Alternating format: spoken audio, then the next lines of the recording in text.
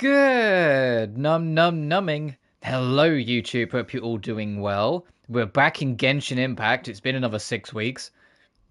Let me just adjust my microphone. But this time, we're not in Natlan, because the main Natlan story is finished, and so, like usual, it means the story starts taking opportunities to branch out and just do whatever the hell it wants. Today, we're in Inazuma, because that's where the new story quest is. It's the first time we've really had, like, a proper reason to go back to Inazuma in nearly 2 years, I want to say, outside of like a couple events. But in terms of actual like story stuff or character stories, yeah, no, we haven't been in Inazuma for a very long time. The last Inazuma anything that I can think of the top of my head was the 2.8 stuff. So I'm pretty sure we didn't go back outside of like one event in Sumeru, and I don't remember going back in Fontaine. But it's nice to be back.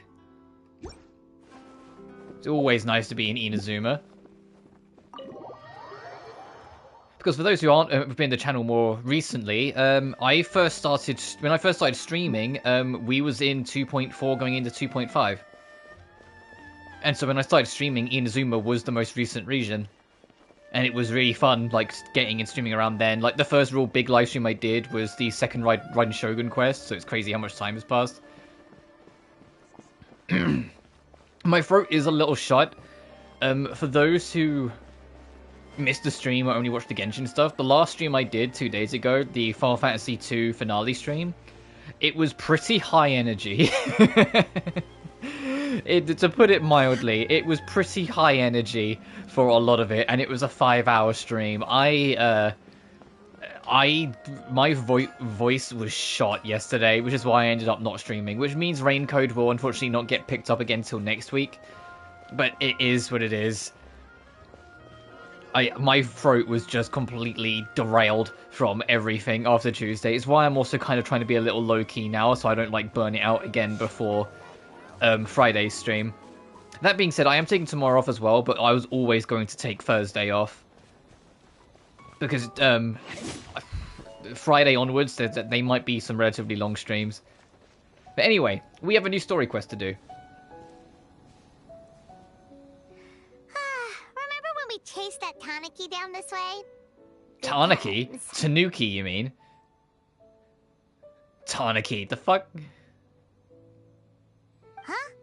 What's that? Also, this entire story quest is voiced.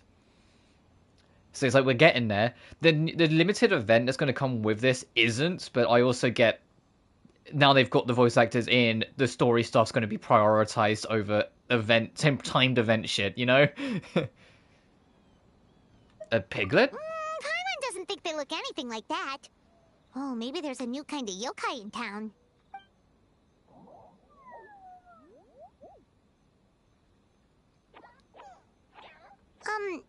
Is it trying to get us to follow it?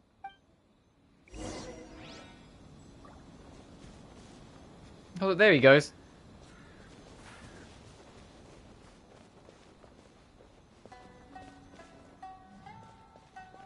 But it is nice to be back in Inazuma. Like, I haven't not had a reason to go to Inazuma for forever, and so, you know, just haven't. And it's at the moment I loaded in and went to Inazuma to get ready to start this stream, I got hit by the music, and I was just like, man, like, Inazuma is, like, the second most nostalgic region to me next to Mondstadt. What's that girl doing over there? She doesn't look well. Let's go check on her.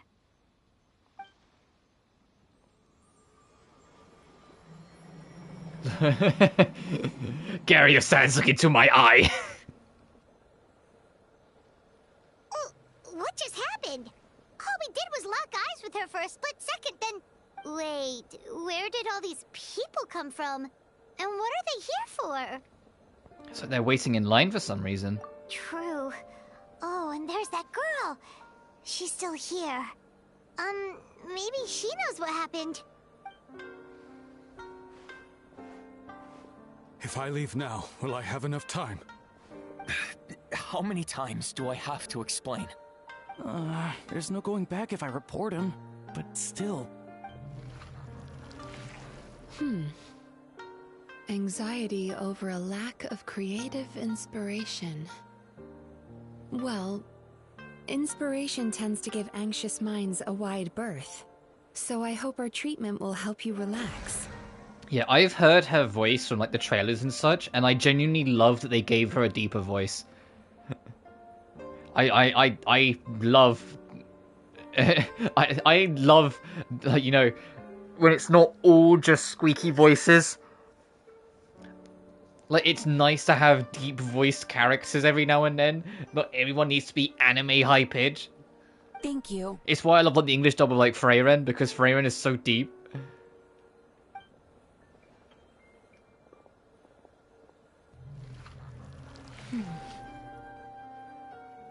Remorse for the misdeeds of the past, and despair over the sorry state of the present. I can help you face your troubles with a more positive mindset, but you'll need to work through things in your own time too. Many thanks. Next, please. What's wrong with her? Are you alright? I'm fine. Next, please.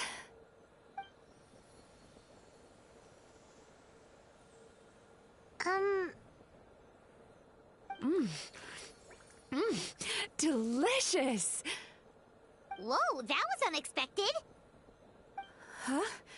What do we have here? Oh no! Oh, that was I'm right so in my sorry. ear. Oh, that was right in my ear.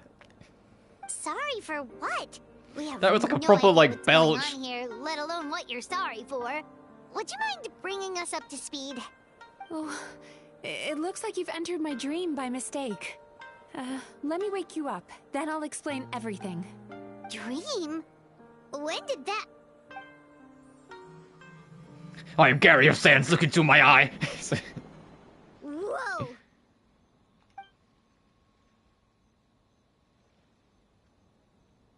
Hi. Feeling more awake now? I never expected the Traveler to literally come to me in a dream. How do you know who I am? She asks as if...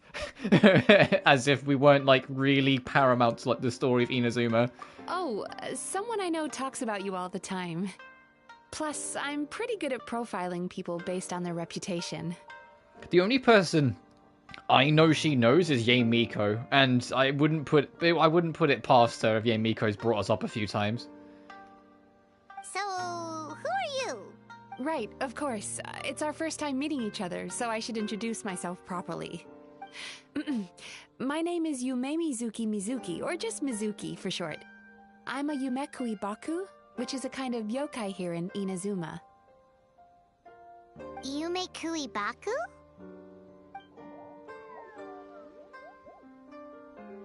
Hey, it's that little critter from before! That's what we look like in our original form.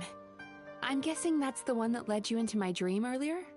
Baku feast on the bad dreams of human beings, but we need to be in a dream of our own to digest them. The place where you met me earlier was where I go to digest bad dreams. I must have swallowed one too many bad dreams, because they were causing me some digestive trouble. It's actually a good thing you showed up when you did. Call it a happy accident, I guess. Thanks to your help, I'm now able to digest all these dreams properly. Yeah, we thought you looked a little uncomfortable. That's why we came over. We didn't know what it was. We just thought maybe you could use some help. And Paimon really hates bad dreams, so Paimon's even more happy to help knowing that you can eat them. Thank you. But I still owe you an apology. For what? While you were inside my dream, I ate one of your dreams. But it wasn't a bad one. It was a nice one. I've eaten so many bad dreams today that I just scarfed it down without noticing. So, Yume Kuibaku can eat good dreams too, huh?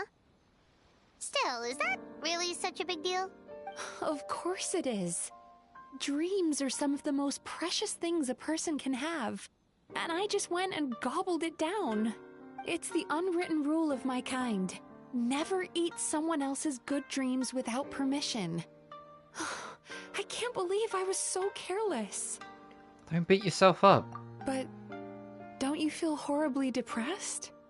Isn't your mind suddenly flooded with distressing memories? Aren't you now suddenly sad? No? Huh. Remarkable. I've never heard of someone remaining so mentally stable after having a good dream of theirs devoured. It's probably because the Traveler has too many good dreams to count. Maybe. But I still owe you something for your trouble. Ah, here, take this. It's a VIP pass for the Isa bathhouse. Oh, this looks kind of cute. I was about to start spinning it, and I was like, no wait, this is a 2D item. This isn't Zenless. Zenless, you can spin this shit. Staffed by clinical psychologists and offering spa and fine dining services, we invite you to bring us your troubles and leave refreshed and renewed. That's where I work. You'll find the address on there too.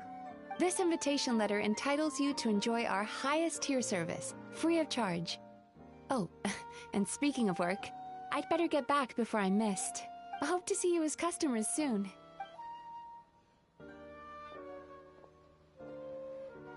So she's a Yume Kuibaku that eats bad dreams and a clinical psychologist too? Yeah, kind of cool. Paimon's never considered therapy before. You probably should, Paimon. Never really gets that stressed out. Oh, except when she's trying to decide what to eat. Speaking of eating, that bathhouse place does fine dining, and we have a VIP pass.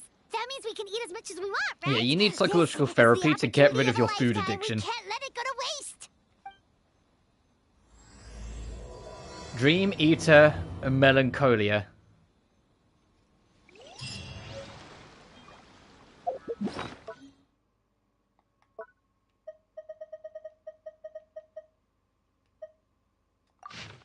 Oh, okay, it's just that. A beautifully crafted invitation letter that emits a faint yet beguiling scent. It's claimed that such letters are sent to only the most valued of customers. The letter contains the establishment's location and introduces its free primary services. And I got this from the Lantern Rite event. Which, to be fair, was pretty good. It's a shame that Hu Tao was, like, the star of all of it, but, you know, wasn't voiced, but it is what it is. Like, it's crazy how, like, characters that don't get enough screen time are now suddenly getting screen time in, like, some of Hoyoverse's games, but it's during, like, the actor strike is still ongoing, but, like, during, like, the recovery time of, like, Hoyoverse sorting out their shit to get these actors back in. And so they're not voiced. Like, Dan Hung is just, like, not voiced in HSR, and I wouldn't be surprised if he's still not voiced when 2.1 drops, because they're probably still recording and sorting things out. And then, like, the whole event, I was like, oh, wow, Hu Tao's, like, the star of the show, this is fantastic. And then it starts, and I was like, oh, Brianna's not talking. Oh. I'm not hearing the wonderful performance that Brianna gives Hu Tao.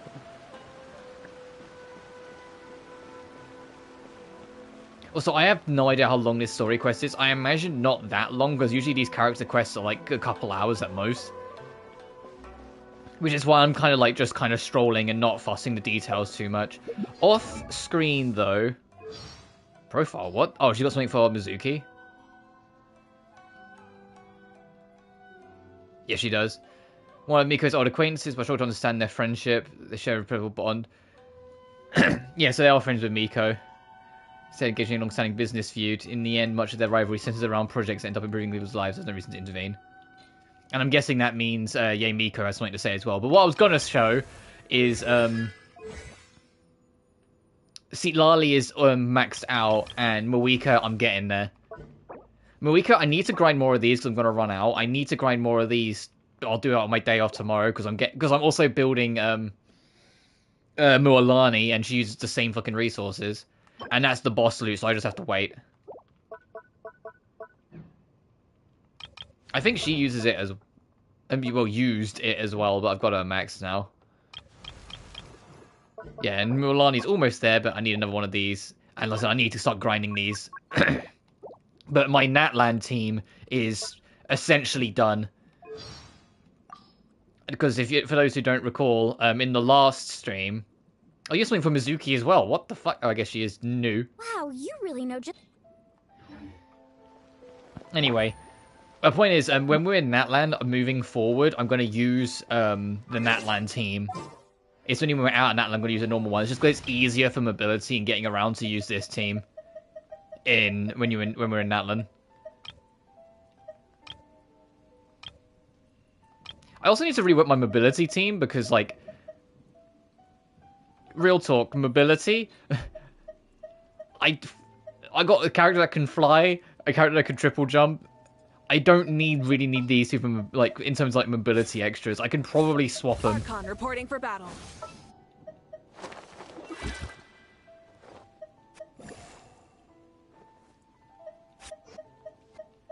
Whatever you need. Okay, I'll just do that. And then my extras are Spiral Abyss. Anyway, let's go over to the Isa bathhouse. Is it hit on the left?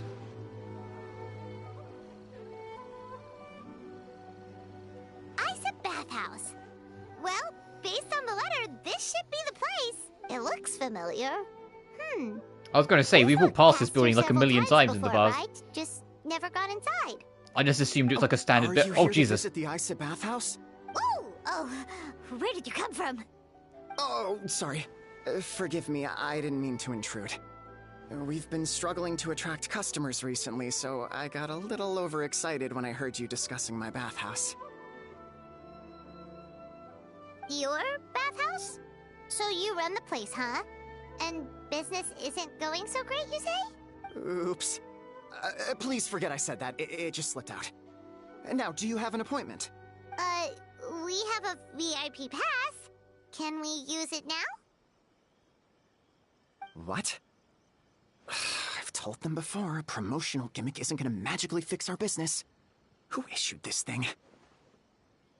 Wait, is that Miss Yume Mizuki's signature? I'm so sorry. I had no idea you were invited here by Miss Yume Mizuki. This guy is like, look, if you're not going to help us fix the fucking business, I don't need you. Oh god, the boss invited you. Great. That's what this is. Sounds like she has a lot of clout. But aren't you supposed to be the boss? I am, yes, but Miss Yume Mizuki's a major shareholder. The business never would have gotten off the ground without her investment. What?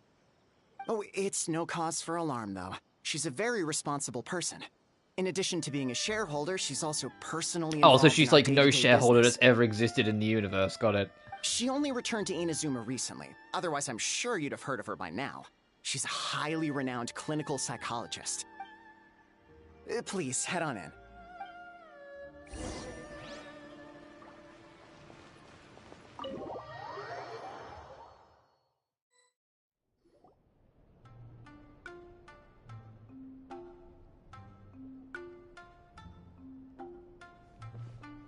Yeah, this looks cozy. An indoor hot spring? Oh, Paimon's gotta give that a try. Paimon. Oh, wow, these are very colorful NPCs. Uh-oh. Oh, you okay? Sorry, I'm so clumsy sometimes. But don't worry. I understand. We're We're in the I want. literal hot spring episode of Genshin. I understand. I promise I'll provide an excellent service. Please don't leave. How many times do I have to tell you? You breaking Wow, her voice is even deeper. Isn't the reason we've been losing business. Losing Stop business. apologizing for yourself all the time. All it does is make you look like an easy target. Wow, who voiced this attendant? It's all good. We're not out to target anyone. You didn't hurt yourself, did you? Nope. Don't worry. As long Whilst as this is playing, I'm going to quickly go quiet. I mean, I usually do during the story stuff, but I'm going to go quiet for a minute because I forgot to take my morning meds, so I'm just going to quickly have them now. So I'm going to put it on auto and let it do its thing, but take my medicine. So 1 second, guys. I need to, Why is she so panicky? Actually, we're... Shion, let me see to these two.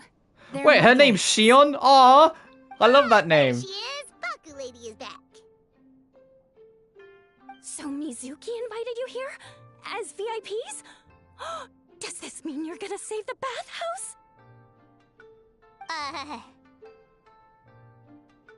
She means you must be very wealthy. Not everyone can afford our VIP service after all. But a couple of customers with cash to splash doesn't solve anything in the long run. You should focus on what to do about our new competitor. Aw, Murasaki. Was that you showing some concern for our business? I'm touched. Ugh, did not. Since you're so eager to find solutions, you can work on our most pressing task, bringing our accounts up to date. With your smarts, I'm sure you'll fly through it. Subtext being, you can't give it to Shion because she's a moron and she'd screw it up? Shion, I'll take things from here. What I'd like you to do is head to the kitchen and prepare some of your very best snacks for our VIPs. Will do! That's my specialty! Alright, I'm back in business. I've had my multivitamin and my cod liver oil. Literally, that's it. I have to keep our staff calm to ensure you have the best experience. The panicky little girl is Hyakujitsu Haku Shion, and the lazy lady is Shiba Murasaki. They're both Baku, just like me. Okay, hence the hair colors. Got it.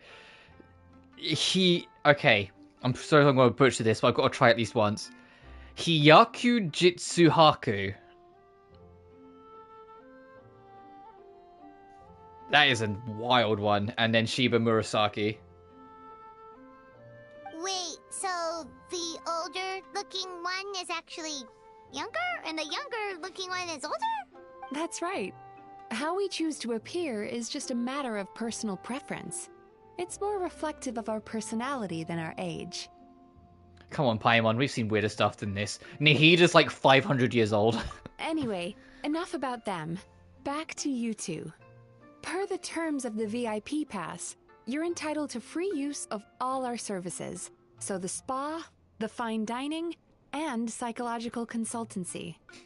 Jesus. I would recommend starting with the psychological consultancy. What are you trying to say? Between me and you, one of the steps involves getting your bad dreams eaten. Since I ate one of the traveler's good dreams by accident, this seemed like the best way to make amends. Ooh, we get to have our bad dreams eaten by a Yumekui Baku? That sounds fun! But is this a wise decision, given the current state of the business? Oh, that's a good point. You've been having some difficulties recently, right? It wouldn't feel right to get all this free service while you're struggling. Is there anything we can do to help out? I take it you overheard Mr. Aikawa complaining about our current situation. Yeah. I'm sorry to cause you concern. Mr. Aikawa is a smart businessman, but he tends to worry too much about short-term profits and lose sight of the big picture. Our financial situation is nowhere near as dire as you're imagining. And in any case, passing our business woes on to our customers is hardly the solution. Please enjoy the services we have to offer. Once you've experienced our hospitality for yourselves, I'm quite sure your confidence in our future prospects will be restored. Can't argue with that. Let's get started. Of course. The only thing is, psychological consultancy is a one-on-one service that takes quite a long time. But I can't just make one of you wait around while the other one is in therapy. So, perhaps I can treat the traveler while Shion treats Paimon? Would that work? Fine by Paimon. But, is she up for it? She'll be fine. I noticed how gentle and encouraging you were towards her earlier. You're the perfect client for her. Oh, Secondly, Shion's therapeutic approach is a little different from mine. It often involves food, so she might be a better fit for you. Food therapy? Oh, that sounds perfect. Thanks for the Star Alright Wars then. transition. Please follow me. Was all that just so you could be paired with me? Don't get me wrong. Paimon is genuinely better suited to Shion. But in all honesty, yes, I had my own reasons for wanting to treat you myself. Your psychology is so unique. I just had to investigate further to satisfy my own curiosity. Please, come with me.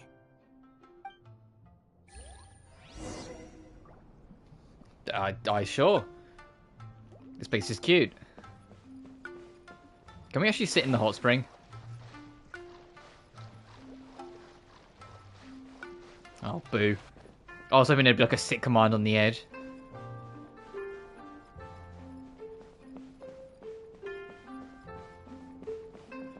This is where we came in? Yes.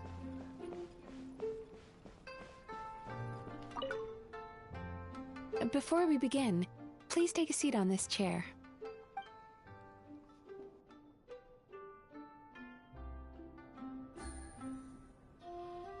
Oh, I muted my mic, so I thought it was just going to carry on. No.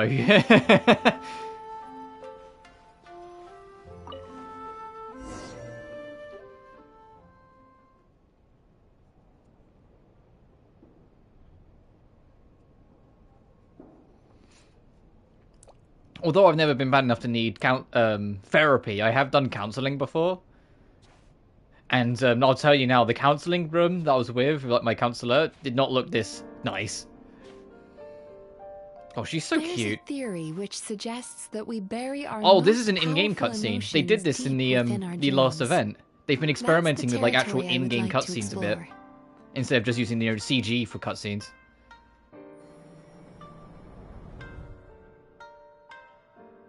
Before I start, I'm going to ask you a few questions.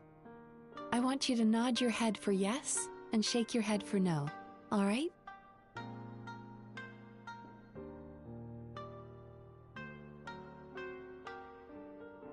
Very good. Now, I'm going to plant a few thoughts in your subconscious, but it's nothing to get nervous about. Just a way to improve your sleep This quality, feels weird. so the treatment will be more effective.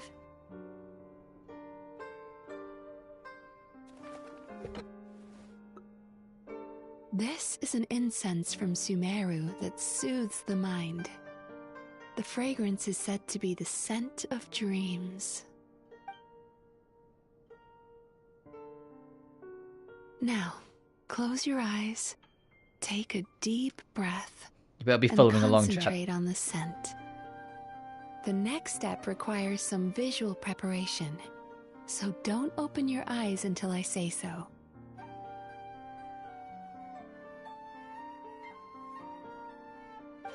Oh, where did it go? I need to have a stern talk with Murasaki. How hard is it to just put things back? No, where they I'm came gonna from? wait. Because if I click on it, it reveals I spoke. This needs another dab here. I'm gonna wait, because you're supposed to have your eyes closed. I think this is a test. That's better. I'm gonna wait and see.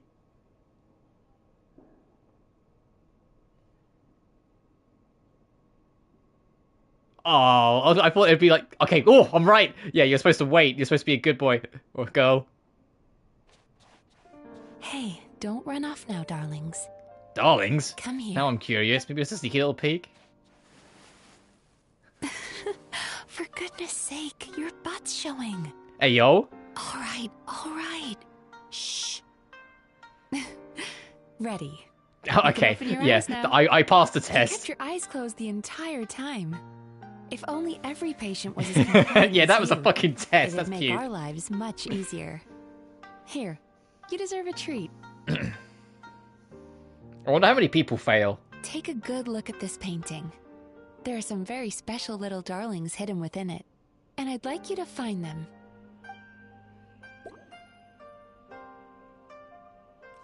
Do you see her? Isn't she just adorable?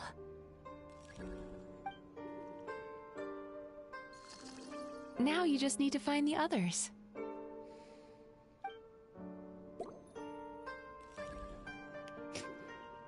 Careful. When you look a psychologist directly in the eyes, they can see every little thing. I wanted to you're see if it'd let me thinking. do it at least once.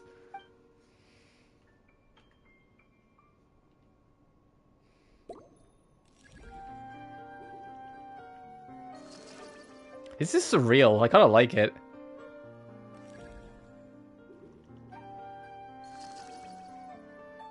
I think that's even. She's a Baku as well. Whenever someone starts dozing off, she's there waiting for their dream to begin. Your journey into Dreamland began as you were looking for them. Feeling sleepy? Yeah, actually, I slept kind of poorly last night. Now I want you to take my hand.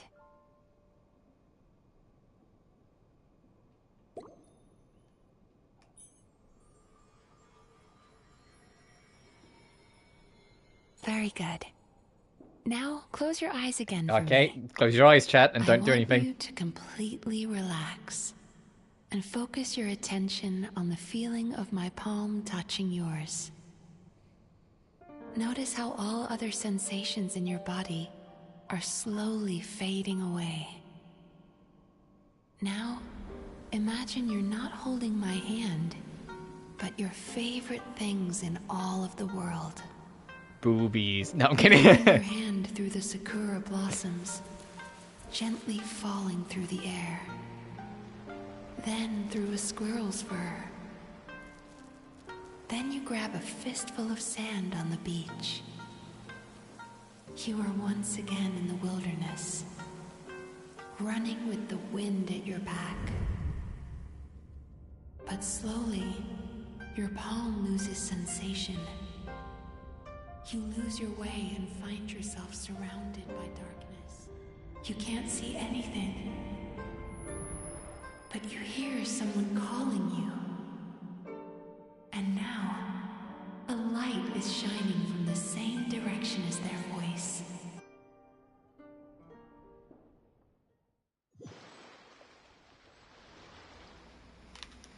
Oh, I heard a loading sound effect. Oh, okay. I was playing along then. The moment I heard the loading sound effect, I opened my eye and I was like, oh, okay, we're transitioning, I see. I was playing along, I closed my eyes and was just listening. What is this place? Traveler, come over here.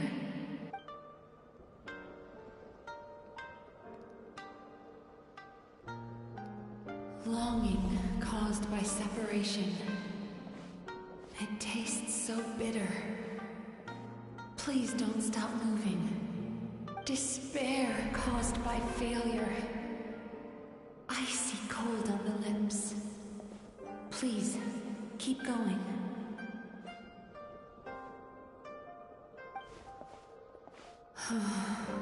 Regret caused by missed opportunity. A sharp aftertaste. Please don't look back.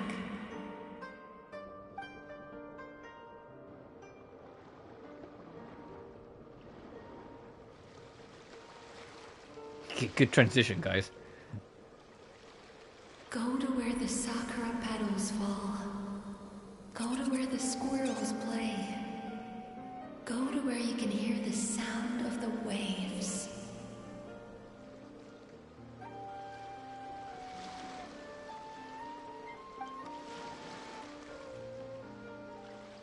That is where I am.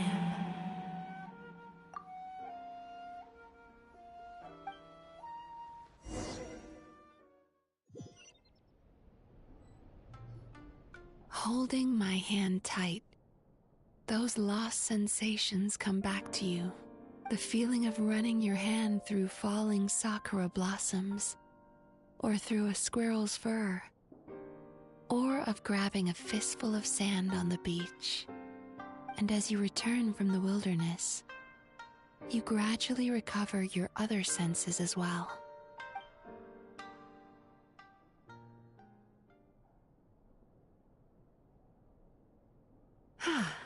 We've reached the end of today's session. Don't get up yet, though. You were just in a very deep sleep, so you're probably still feeling a little groggy. I've switched to a different incense that'll help get rid of your drowsiness. How you getting along, Traveler? That was not a yawn.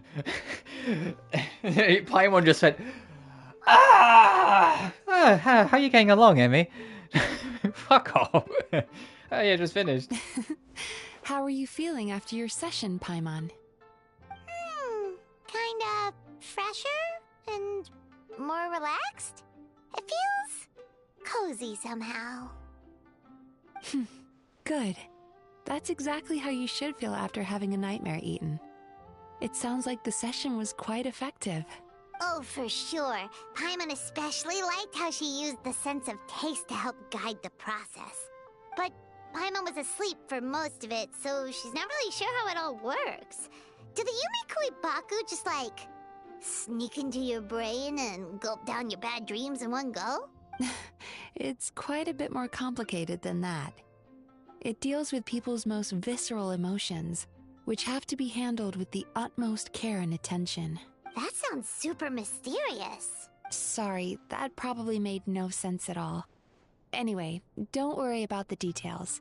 For your purposes, Paimon, just think of it as Shion gulped your dreams away.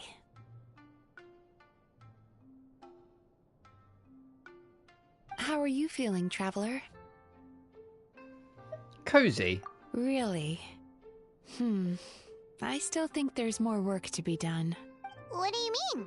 You have quite a reputation for resilience and positivity, so I expected to find very few negative emotions in you at all. But when I was deep in your subconscious earlier, the sheer weight of the emotions hidden there was overwhelming. I do have quite a lot of baggage from my past. Yes, you certainly do. But that's not what concerns me the most. Despite all your negative emotions, I couldn't find a single bad dream. So I just gave your mood a boost for now. Huh. Well, maybe she's just an eternal optimist at heart. Optimist or not, everyone has bad dreams. Maybe they're just hidden even deeper in your mind. You're a unique case, as I suspected. But she said she feels cozy, just like Paimon, so whatever you did, the treatment worked. True, but as a clinician, I would have hoped to reach a better understanding of my patient. Sounds like you want to keep researching me. Fine by me, as long as you can put up with a daily nap while holding my hand. Sounds like a fair exchange. Anyway, all jokes aside, it's time for you to try out the hot springs. Your mind has had the chance to de-stress. Now it's time to do the same for your body. Oh, that sounds good. Paimon's feeling relaxed already. You know, this place provides a really great service. It's such a shame that you can't find more customers. Don't start worrying about our bottom line again, or my work so far will count for nothing. Look, as long as we keep providing a great customer experience, we're sure to attract more business eventually. If you say so. I think the traveler's recovered from the therapy session now. Let's head to the hot springs.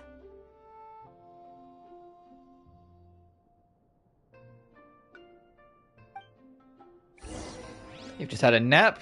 You've been like psychoanalyzed. You've been given like magic antidepressants. Now let's go hang out in the hot spring. God, we're getting like a fucking spa day out of all this.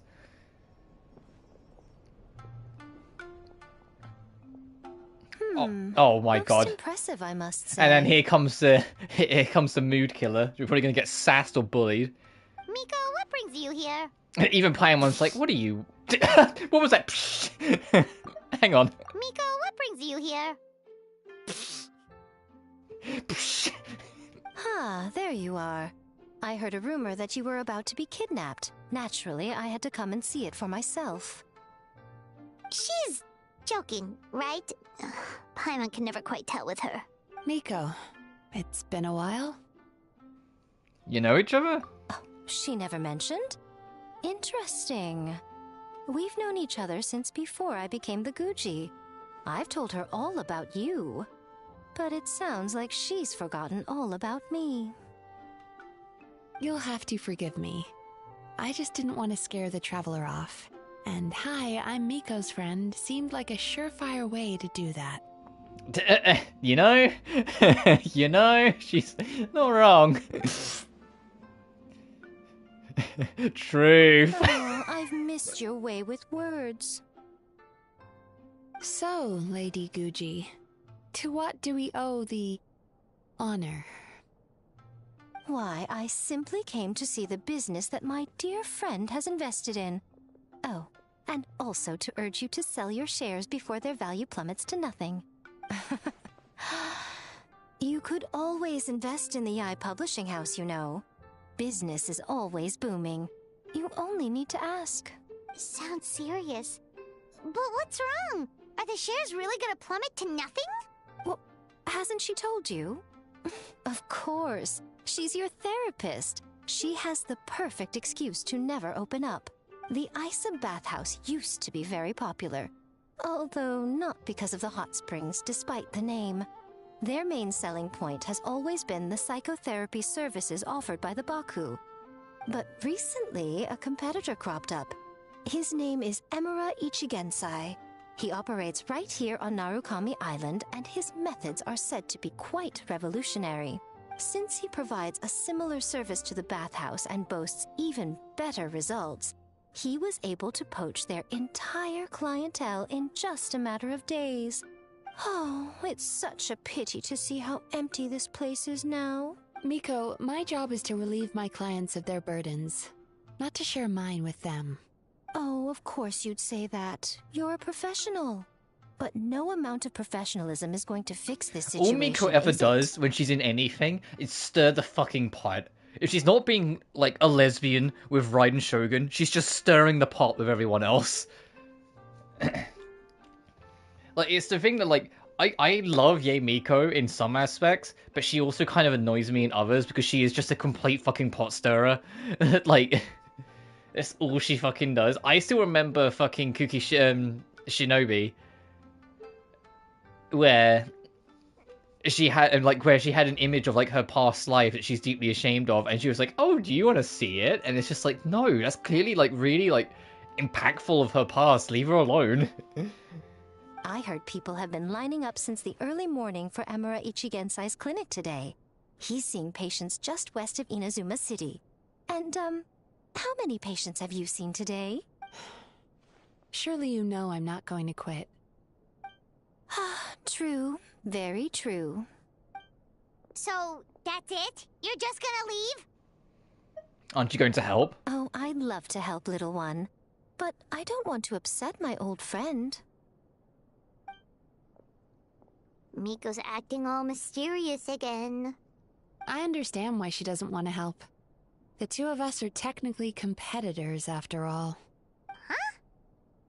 Light novels are one way for people to pursue happiness in their free time. So are hot springs, and so is therapy. Miko and I disagreed quite significantly over the question of how to make people happy. Paimon is so confused by your friendship. It's definitely a complicated relationship. Paimon's curious, though. After today, it's hard to believe that anyone could offer a better therapy service than the Yume Baku. Which begs the question, who is this Emura Ichigensai guy anyway? Something of a mystery. I tried to look into his background when he first started poaching my customers, but I couldn't find anything. I suspect he's avoiding me on purpose, since I'm a competitor. In all this time, I haven't even figured out basic things like where he sees his patients. Well, we at least know where he is today, though, right? Miko happened to mention it in passing. That's true. But I'm sure he'll find a way to avoid me again if I go looking for him. Then why don't we go instead? We can pose as potential customers to get information out of him. As I keep reminding you, this is my problem, not yours. Well, unless the Isa bathhouse ends up having to close, in which case it becomes our problem too. Exactly. You provide an amazing service here, and we want all our friends to experience it as well. Huh. Well, now it just seems rude if I reject your help. In return, all I can offer is an even better service on your next visit. You mean what you offered this time wasn't your best? Wow, sell out. No, I'm kidding. Sure thing. Just leave this to us.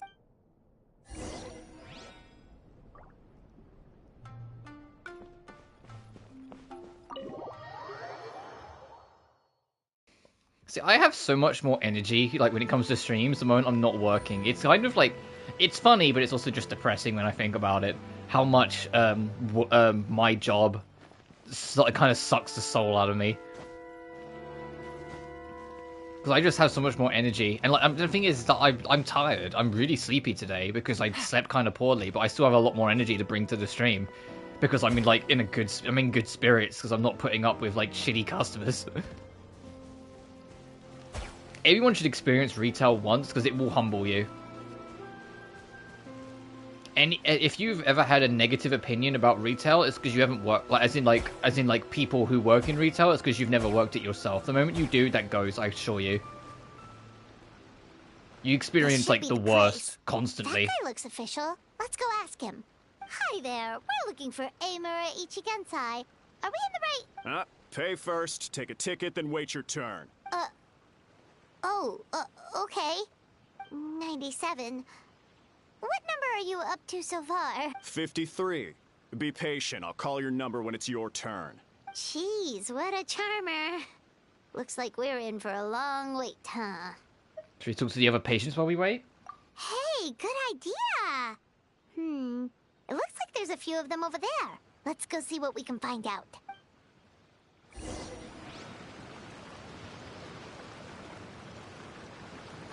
And reminder, as we're waddling over here, although I'm not streaming tomorrow, there will be uploads tomorrow. Sorry to interrupt. It will either be 1 or 2 uploads tomorrow. The reason why I say 1 or 2 is because after this stream is done, I'm going to record rolling for Evelyn in Zenless. If the rolls go well or it makes for a fun video, I'll upload it. If it's kind of either it goes exactly how I expected or there's nothing really to talk about or what, like, you know, then I might not. Like if it's a video worth uploading, I'll do it. If it's not, I won't. But you're at least getting the bonus video or Tomb Raider free in preparation for Last Revelation on Friday. And also reminder that the game doesn't come out till like 3 PM on Friday, so I won't be streaming it at usual time. To give a comparison, it's currently 10 to 10 AM here in the UK. So when you think 12, 1, 2, 3, and it'd be like about 5 hours from now, like this time Friday, before I start streaming. Do I know you? Ah, so you're here for counseling too. Yep. Fellow clients of Amura Ichigensai here. Although this will be our first time using his service, so... Service? How crass. We're talking about spiritual guidance here, not some business transaction. In fairness to them, they haven't experienced it yet. Ignorance among the uninitiated is only to be expected. Okay. Well, anyway, Isa Bathhouse calls it a service. Ah, more defectors from the bathhouse, huh? Service might have a veneer of professionalism, but all it really means is inadequate treatment that costs a fortune. Why do you say that? I'll tell you why. After just a few sessions with Amura Ichigensai, you'll completely this sounds forget suspicious about as all hell. your I think he's troubles. just stealing From then thoughts on, and memories. It's happy thoughts only. Today's supposed to be my last counseling session. He says that after we're done, nothing will ever trouble me again. Meanwhile, Isa Bathhouse boasts about their strange and mysterious methods, but it's a total scam. They only treat the symptoms, not the root cause, meaning you have to go back time after time. Also, they can keep charging you, of course. Exactly. Overpriced and ineffective. But counseling from Amura Ichigensai? I can't get enough. I know I'm done after today, but I'd take any excuse to keep coming back. Me too. Probably see you tomorrow then? Whatever the truth of the matter is, Paimon is starting to seriously dislike these guys. Hey, remember we're here to gather information. Fine. Yeah, so we're mostly here to see what all the fuss is about. You guys seem to be experts by now. Is there anything we need to do to prepare for our session? No, you don't need to do anything. Just show up, take a seat, and he takes care of the rest. I remember he lit some incense. It smelled wonderful and instantly Is he just drugging you and... Uh-oh. I already know of the troubles that bring you to me. I don't know why I lose my temper so easily. I'm pretty messed up, right? Yes, in the sense that all negative emotions are defects of the mind. But I can remove these defective feelings, leaving your mind healthy, whole and free of distressing thoughts. Now, receive my guidance. I don't actually remember the guidance, but anyway, it clearly worked. I guess whatever he said disappeared from my mind and took my problems along with it. Sounds a little unbelievable. Oh, so rude. Your counseling session will change your mind. In more ways than one. Where only being cautious. What's wrong with that? You said it yourselves. The whole reason everyone's coming to this guy is because they're worried about getting scammed out of their Mora. That's a fair point. You just need some reassurance, right? In that case, I can let you in on a little secret. Go on. Well, someone in my family actually knew Imura Ichigensai before he made a name for himself. Apparently, he had a terrible temper. Pretty much everyone in the neighborhood had issues with him. But he must have had some sort of epiphany, because he did a complete 180. Went from having the most rotten temper you can imagine to one of the most cheerful people around. Okay, maybe he's possessed then. Even more amazingly, all the people who used to despise him ended up becoming his best friends. His neighborhood's more peaceful and pleasant than it's ever been. So you can rest assured that whatever treatment you get from Imura Ichigensai, he tried and tested it on himself first. Huh? What a ridiculous story. Doubt it all you want. I heard it straight from my relative who knows him personally. Oh, you heard it from someone who knows someone. Cool, that's really trustworthy. What should we do now? We may have burned our bridges with these two. At least we got some information. Yeah, there's still a lot of people ahead of us, though. Why don't you take a rest while Paimon keeps watch? Just like how we do it on the road. The long way makes you sleepy. Before you know it, you've fallen asleep. You detect a faint fragrance and begin following it to its source.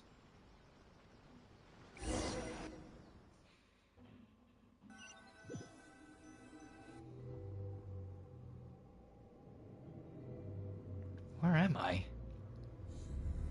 Let go of your pain.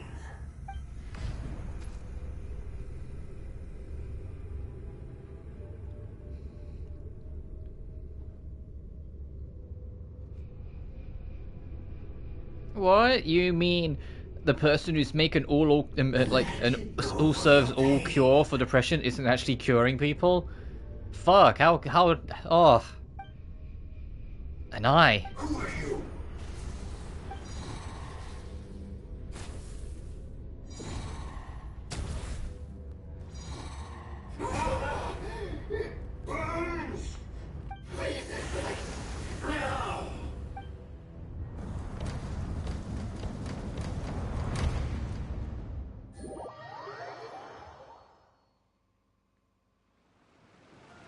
Traveler, it's almost time!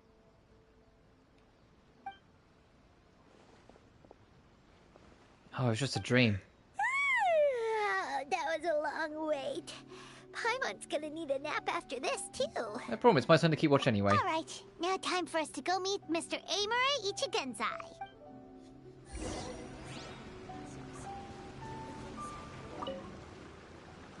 Oh, hello! We're number 97. It should be our turn now, right? Yeah, sorry, the clinic's closed for the day. Bitch. What? Why? Because Imura Ichigensai doesn't have limitless energy, that's why. He's gone home to rest. You'll have to try again tomorrow. But, we've been waiting so long! Paimon, you're being a real Karen. Not as long as some people. Try getting here earlier next time. Do you know where he lives by any chance? Save yourself the trouble. Spiritual masters like Imura Ichigensai cultivate their powers with peace and solitude. Someone like you ain't gonna find them. Drat. We should have barged in after all. Let's put back to Mizuki for now. Yeah, nothing else we can do for today. Yeah, he's hiding from us. He sensed us. Or whatever demon is possessing him sensed us and hid. That's what that's about. What the fuck? Oh, that's cute. They actually they have the icon now. That's cute. I didn't realize they did that. Oh yeah, complete within the time limit to get the extra reward. That's a real cute little detail to add onto the thing. I was just like, why is there pictures on my map? It looks like a fucking mobile game. No. I do need to get rid of this as well, but I'll worry about that later. Take it easy.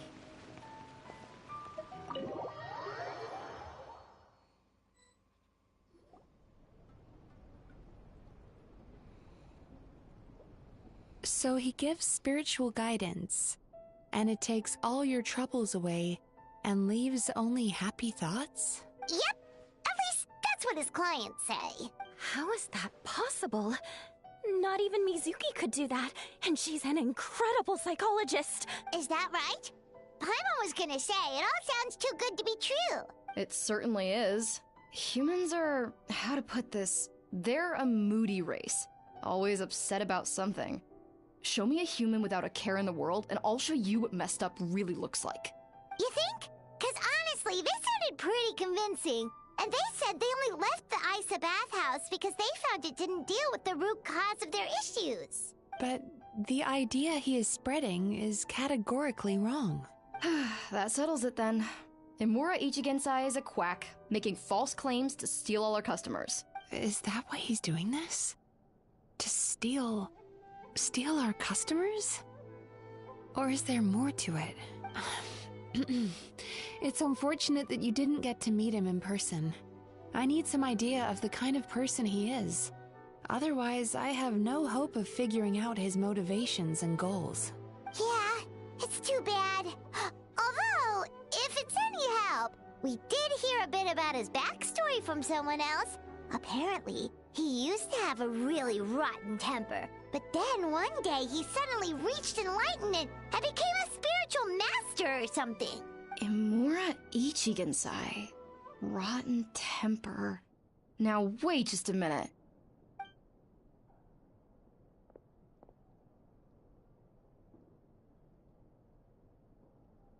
Filing patient records is normally the most tedious job in the world. But once in a while, something mildly amusing grabs my attention. Take a look at this. Amora Chuya? It's him. I remember him. Wait, that guy? Oh no! What is it? What about him? Where to start? Imagine a big ball of negative emotion took on human form and started walking around. That's pretty much Imura Chuya. His patient record mentions that he loved nothing more than a heated argument. No matter how trivial it was, he could never agree to disagree. He always had to be right. The happiest part of his day would be winning an argument and proving the other person wrong. Oh god, he's a grifter. Oh god, he's a fucking Twitter grifter. Ugh. If he lost, I want to punch he'd him already. sulk, and if anyone called him out, he'd throw a huge tantrum. Before long, he'd turned everyone against him. Oh, he really is an internet grifter. Is this guy just fucking Grums or whatever that fuckhead loser is called? It is just him. Sounds like he had issues. Oh yeah, serious issues. Anyway, since no one would talk to him in real life anymore, he turned to the reader's letters column of a magazine by the Yae publishing house, where he would attack writers and trade insults with other contributors. Naturally, this ruined the column for everyone, and the editors soon started rejecting his letters. Next thing you know, he's written a complaint letter to the Tenryo Commission, demanding that Inazuma pass a law to make it illegal for the Yae publishing house to Holy reject letters shit, from readers. he's fucking... He is a...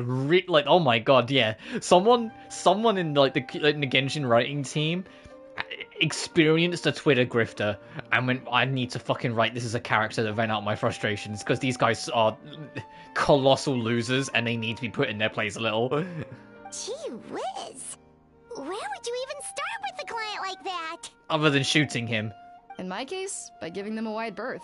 Mizuki dealt with this guy. I'm pretty sure he only came here to try and start something.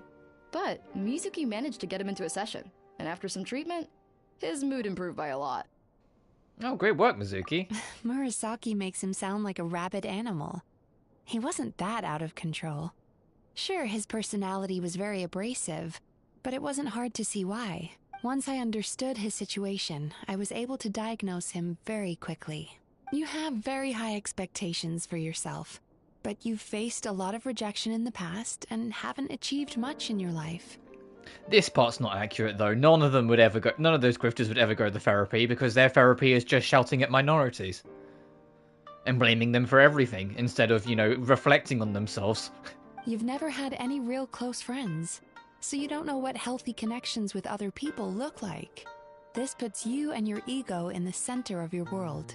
In short, you long to feel a sense of accomplishment and to receive attention from other people. But both of these are lacking in your life. You have no idea how to properly deal with these emotions, so you've been taking it out on other people, partly to seek attention, and partly because you get a shallow sense of accomplishment whenever you win a war of words with another person. You promised the world in your adverts, and that's seriously the best you can come up with? I'm not even going to bother explaining all the reasons you're wrong. I mean, you completely misunderstood why I even sent that complaint letter. The Yai Publishing House practically has a monopoly on Inazuma's publishing industry. How can they ignore what their readers have to say? In the magazine column you wrote to, your strongly worded letter appeared alongside dozens of others which praised the writer for their work. You can't talk about what their readers have to say without including them, too. No one with half a brain would praise a festering pile of garbage like that. Those are not opinions worth listening to. So when I touched on the idea of you having an egocentric worldview, this is the kind of thing I was talking about. You... Wow. How the heck did you get him to stay for treatment after dropping all of that on him? I would have fucking dropped him, if I'm honest. Simple. The more Mizuki has far more patience than I would have. I would have punched him by now. The more he compulsively searched for evidence to refute it with. He lost the ability to communicate like a normal human being. So I kept him here by using his preferred mode of interaction. Argumentation. The Tenryo Commission had ignored his complaint letter, so he had no outlets left for his emotional outbursts. Eventually, with the help of some incendiary words, I got him to agree to try some basic therapy. Finally, I was able to tweak his mood and stabilize his condition. It's a shame, really. If I'd only been able to see him a few more times, I know I could have helped him work through his personality issues. But unfortunately... It was all my fault. For the last time, it was his fault for being a nutjob. What? What happened? Well, one day, he comes in as usual for therapy, but Mizuki isn't here, so Shion sees him instead. I don't know what got into him that day, but he suddenly announced that he wished to be free of his troubles for good, and demanded that Shion make that happen. Obviously, she didn't manage it, and then he pulled out a complaint letter to try and intimidate her. That was the last straw for me. I kicked him out and blacklisted him. He hasn't shown his face here since. Whoa. Anyway, now everyone's had a look at his record. Do we think there's any chance that this guy and Nomura Ichigensai are the same person?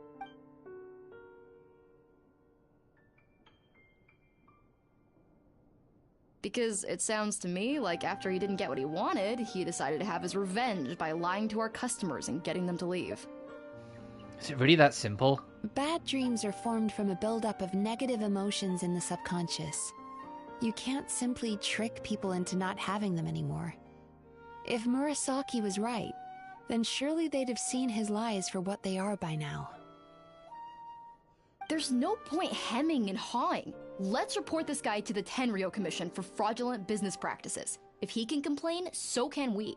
Is anyone there? We'd like to book a therapy session. Can we start now? Hello! Please come with me. I'll get you registered. I was half expecting her to fall over again. Those are the two guys Paimon mentioned earlier. Just this morning, they were calling the bathhouse a scam and a ripoff. How are they back here already? Oh, really? Well, that proves it, doesn't it? I was right. Now that they've realized they were lied to, they've come back. So chin up, Mizuki. I bet you business will start picking up again from tomorrow morning. Yeah, you Yume Kuibaku provide an unbeatable service. No scammer's gonna run you girls out of business. Interesting. Well, good. Murasaki, go help Shion, please. Should have kept my mouth shut. I jinxed it, and now I have to work again.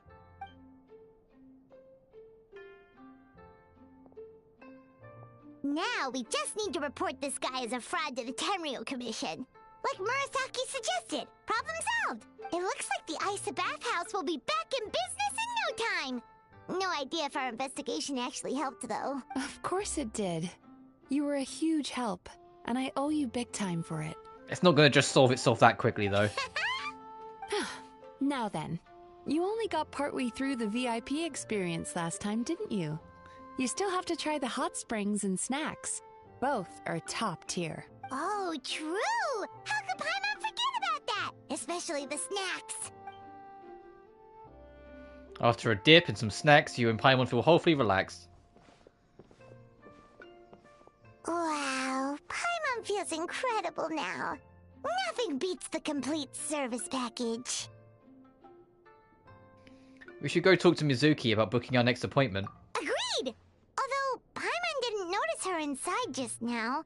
What could she be doing out at this hour? Let's ask around. Hey there, Mr. Aikawa. Do you have any idea where Mizuki went? Oh, you're looking for Mizuki? She actually tends to disappear for a while around this time every evening. It's the one part of the day where she gets to relax herself. As for where she goes and what she does during that time, I'm afraid I have no idea. She takes the evenings to relax, huh? Like the first time you met her. She So she's probably on that same beach tells then. people she's relaxing, but actually she's digesting the bad dreams, right?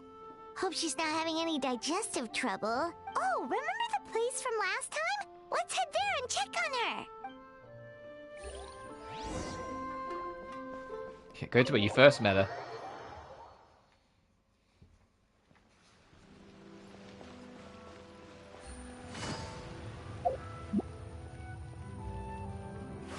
Yeah, and I think customers are coming back here because we spooked whatever demon's possessing that person. And because of it, it's like affected the practice. And so they so a couple people have like broke free of it and noticed what's going on. Or at least noticed something to want to come back.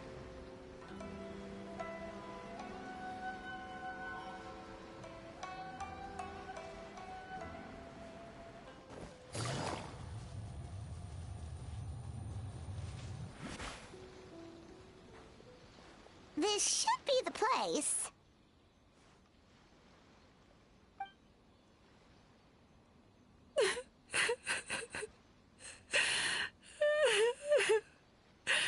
Oh, Jesus. What? Why is Mizuki crying? Unless... Oh, maybe we got pulled into one of her bizarre dreams again.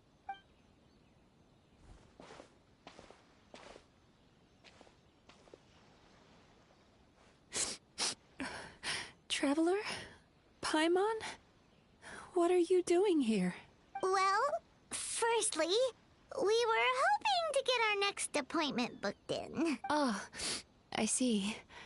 I was planning on making it back before you finished in the hot springs, but I ended up spending longer here than I intended.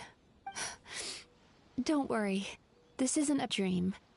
I was just feeling a little sad. Aw, what's up? Indigestion getting you down again? Paimon. I don't think that would be enough to make her cry. Well, it depends on how bad it is, but still. No, my digestion was fine this time. What you saw just now was the aftermath of the digestion process. Like I said, bad dreams are basically bundles of all kinds of negative emotions. When I digest them, I feel them all for myself. So when I'm processing these emotions, I tend to get quite, well, emotional. Does that happen to all Yumikui Baku? Oh, don't worry about the others. To feel these emotions, you first have to understand them. Most Baku have a very poor understanding of humanity. So to them, a human bad dream just tastes like a slice of bland white bread. They can basically wolf it down and barely notice the flavor. I'm the odd one out in that sense. When I was studying abroad, I made a serious effort to learn as much about human psychology as possible. Now I understand human emotions much better. I can empathize with them, and I can now discern many complex emotions when I turn my attention to digesting bad dreams. But still, that's no reason for you to be concerned about me. I wouldn't be much of a psychologist if I didn't have the mental fortitude to handle this stuff. Letting your emotions out is one of the most effective ways to process them. Now that I've done that, my mental state is back to normal.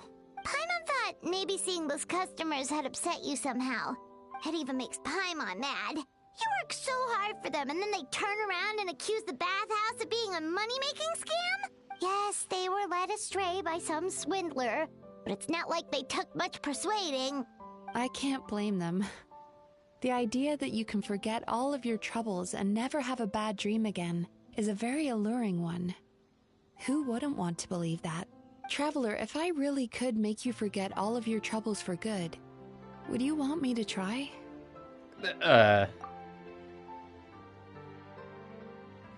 As you imagine forgetting your pain and longing, the joy of reunion that you were looking forward to one day disappears along with it. As you imagine letting go of your hopelessness, you also feel your fighting spirit slip through your fingers. Yeah, the way it's saying is that the negative feelings that that Lumine feels is what powers her positivity to begin with. As you imagine being free of your painful regrets, the formative experiences of your journey lose their roots. Yeah. The yearning to be with your family goes if you lose the sadness of it as well. The determination to push through the pain goes if there's no pain.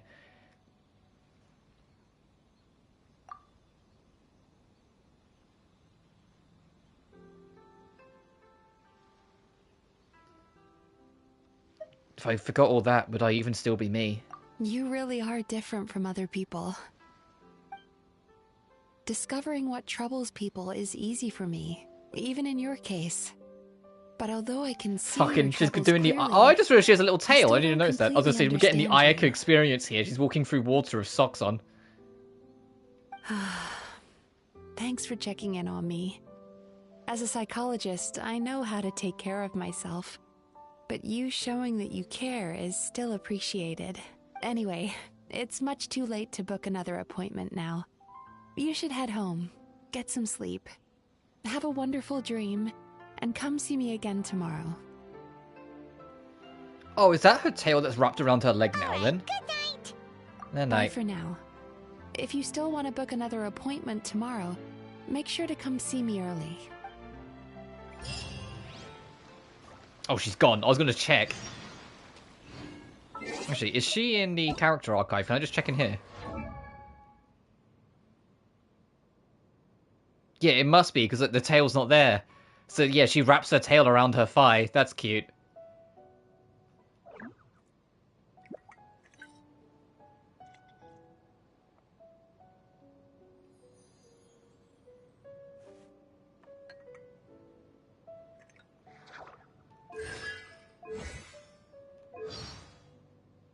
Naomi McDonald voices her. I feel like I recognized the name, but I couldn't tell you what from. Does she have any other idol animations? Oh, she does. Oh, that's cool.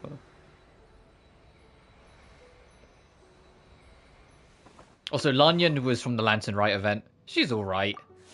I got her for free because, you know, Lantern Rite events always tend to give you these characters for free.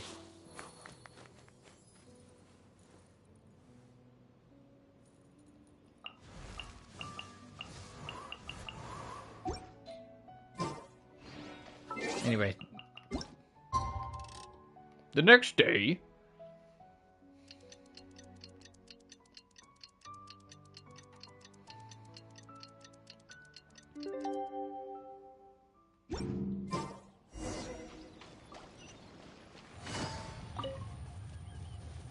I'm going back up to the bathhouse.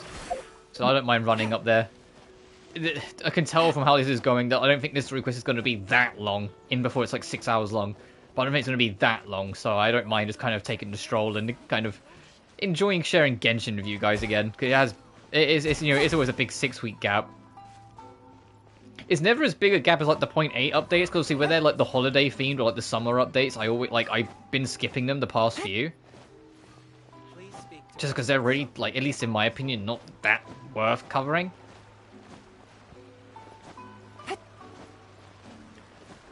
But, that's when the real big gaps are, because then that's basically 3 months, because it's 12 weeks. But then it's also a healthy break. Having, like, 3 months off. Like, I still do the Genshin days, but 3 months off actually, like, streaming the game, it does wonders for just kind of, for the productivity when I come back for then, like, the major update thereafter. Take it easy.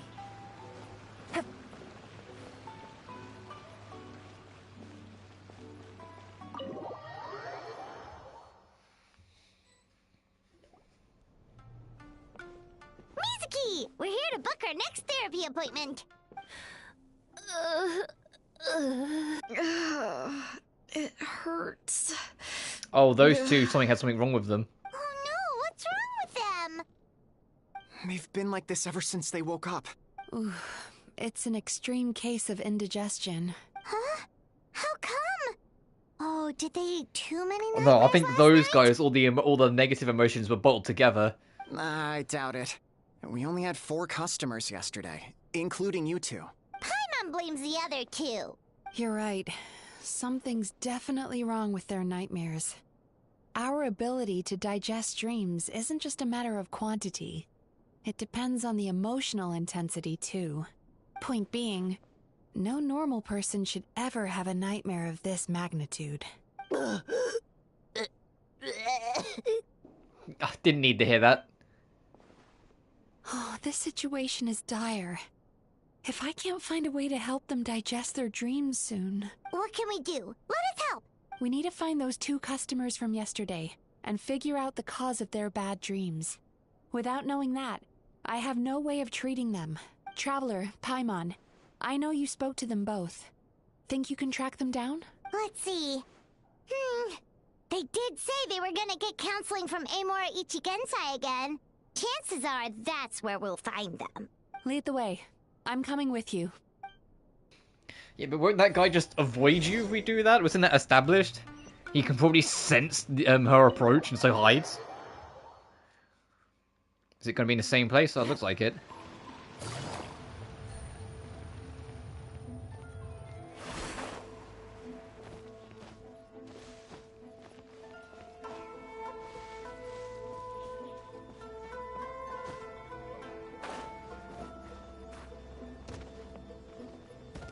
Take it easy.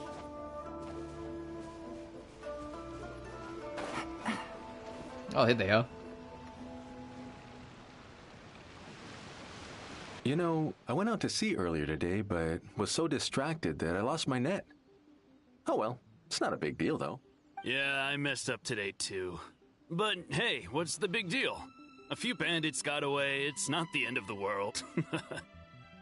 Hey, you 2! Murasaki and Shion are sick, and it's all because of your bad dreams! Whoa, someone's in a bad mood, huh? So funny. I know, right? What's wrong? They're acting so weird. Paimon was pretty aggressive just now, but they don't seem offended at all. Allow me. Gentlemen, do you still remember visiting Isa Bathhouse last night for dream regulation therapy? Did we? I don't think so. Huh. Do you recall having any bad dreams recently? No, why would I? What in this world could be so bad that it'd give me nightmares? Well, this nation's only a few years off of the Sakaku decree. Are you sure? Well, anyway, in Genshin time, we don't know how much time's passed, but it really couldn't have been that much time. Bad dreams must be highly irregular, surely. You don't have to look But for us, far to it's see been that about life is 2-ish beautiful. years, 3-ish years, or getting to 3 years since the Sakaku decree. What is going on? It's like they've completely forgotten what they did last night. Although Paimon can believe what they're saying, they don't exactly seem troubled by nightmares. Does that mean Amora Ichigensai's counseling actually works? I'll quote to enter on. Oh, hey dude, hope you're doing well. This story quest is interesting. It's weird, but I'm enjoying it. Mizaki is basically a therapist, but she's part of a race of beings where while she's giving you therapy, she can like enter your dreams and basically literally like eat your bad dreams to give room for your good dreams to like blossom and grow more and spare your pain more. But there's a competitor that seems to just be curing everyone's depression magically, and we're trying to get to the bottom of what's going on. But these two seem to have no memory of anything. No, they're clearly not in their right minds. Traveler, Paimon, focus hard for a second. No, you used to Paimon, not Paimon. Oh yeah, right, because you mod the shit out of this game. Unorthodox. And also, yeah, there is Yuma Mizuki.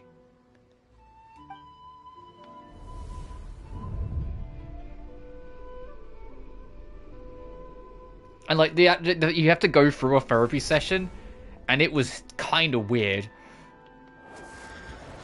Well, I say kind of weird. It was like it was in first-person perspective, and like you had to actually like kind of follow along in real life to do it. And there was even little tests to kind of check if you were. Like the biggest one being when it tells like she has a point where she tells you to close your eyes, and after you do, every now and then prompts appear on screen, and obviously if you click any of them, it reveals you're opening your eyes, so you're supposed to ignore the prompt, and eventually it goes away because she keeps talking. So it's bait to see if you're still there, because if you've got your eyes closed, you won't spot those prompts.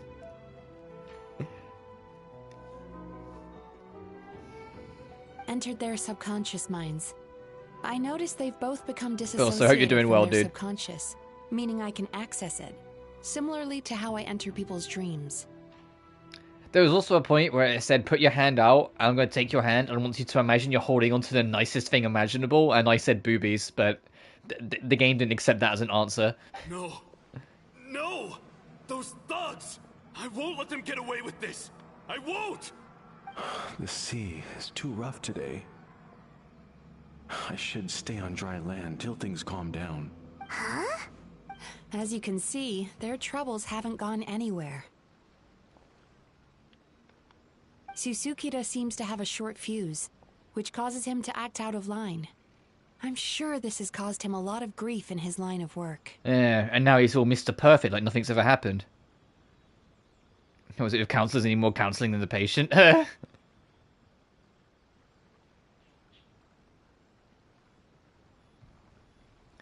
Mizuki.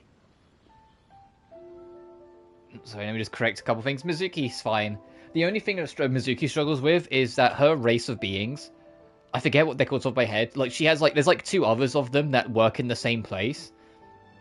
The other two are fine, but she struggles a little bit when eating bad dreams because she's more in touch with humanity. So when she has experiences like negative human emotions from like eating their bad dreams and whatnot, she feels them. And so like if she has cures a lot, well, I say cures, eats a lot of people's bad dreams, that's a lot of negative emotions, so she ends up in the evenings finding a place to herself to cry to kind of get it out of her system. Whilst the other two are less in touch with their humanity, so it, like, to use her words, it's like just having white bread.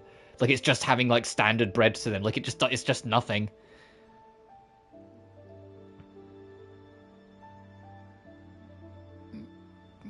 More regret. As for Umihiko, I believe he developed a fear of stormy waves after a near-death experience. Now he's reluctant and also, to sail although out it's to wrapped sea around at her all, thigh right now, she has a which is having tail. devastating We've seen the impact tail, on like, his livelihood. wag a couple times. But she usually has it wrapped around her right thigh. You can see it now. Their negative emotions have been isolated from their conscious minds and left to float around in their subconscious. That's why on the outside, the only emotion they appear to feel is happiness. So this rival businessman therapy isn't actually curing them. It's like blocking their minds. But those suppressed emotions will only continue to fester in their subconscious, eventually turning into the nightmares that have been giving Murasaki and Shion indigestion. And yeah, and if you have too many or too heavy bad dreams, it gives you indigestion, according to these beings, which is why Murasaki and Shion, her co-workers, are struggling.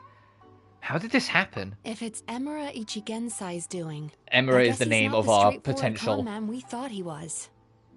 Maybe opponent. He really does have ways oh, of and we learned that influencing he's a human complete fucking emotions. Twitter grifter. That would explain why This no one has blown the whistle on Emura. him yet. We learned that like before he like changed his life around and started doing all this therapy stuff. He was insistent on arguing with everyone on everything and refusing to like agree to disagree and being determined to be right on every single little thing, and would actively go out of his way to seek people to argue with at every single second of his day. And when absolutely everyone around him was giving him wide berths, he started writing into newspaper columns and magazine articles looking for people to insult and argue with. And then when he eventually got fucking blocked from doing it because those articles and newspapers and magazines were losing customers, he then wrote a report to the Tenryo Commission, you know, the Inazuma police law enforcement, saying that it must be illegal or must be made illegal for him to not be allowed to say his anger. And they have to allow him to share his pieces, which they then promptly ignored, which is why he ended up going to, probably forced one way or another, going to Mizuki's therapy class. And then he, like, got really angry when one of the sessions, he just showed up when he wasn't booked, and so Mizuki wasn't there, and then he started threatening one of the staff and got himself blacklisted. And I'm just like, Jesus Christ, this guy's just a Twitter grifter. Like, did you notice anything strange when you came here yesterday? and now magically he's turned around, and now he's curing people of their depression. I'm like, uh-huh.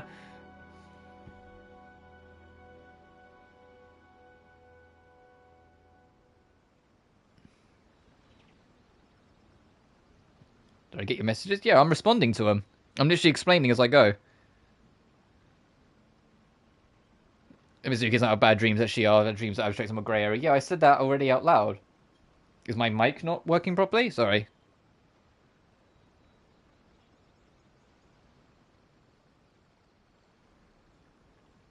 Hang on. For those watching in post, it's just chat, making sure chat can actually like hear me and I can read properly.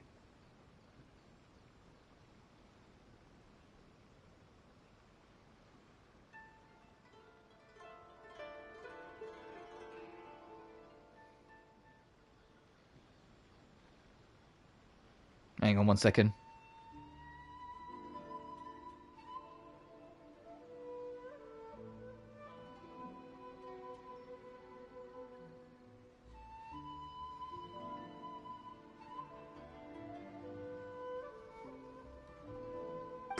Not really. They were a lot more serious than today. Actually, since you ask, you remember the strange dream from yesterday and recount it to Mizuki? You sure kept that one quiet. I didn't think much of it at the time. Oh, no. Look, we have to find this Emura Ichigensai right away. Hang on, let me just completely reset YouTube in case there's something wrong. What is it? Something inhuman is at work in Emura Ichigensai. The Traveler's dream confirms that. He has victimized everyone who has received his so-called counseling. Uh-oh. If we don't find and stop him as soon as possible, his victims may well suffer irreversible damage to their psyches. Yikes! Well, guess we better press these guys a little harder. Yeah, Do you Ro. know when Emura Ichigensai will be here next? What's with the urgency? Why does it matter when he shows up? Yeah, he'll turn up when he's ready. No point in trying to rush him. This is infuriating. You do remember what happened last night, both of you. Only you don't want to talk about it, because you can't reconcile the presence of a nightmare with the happiness you presently feel. Just thinking about it brings up an overwhelming sense of being torn apart. You can't quite put it into words, but you fear you're a hair's breadth away from a total breakdown. Is that about right? Please, stop. Everything will be fine as long as we don't think about it. Emura Ichigensai's treatment has clearly left you wounded and vulnerable. But don't worry, I'm not here to snap you out of your denial. At least, as long as you answer our question. All right. But seriously, we really have no idea. We've asked already, and all we know is that he's not coming today. Yeah, apparently, yesterday's session kind of... Yeah, because he sensed us. Tired him out.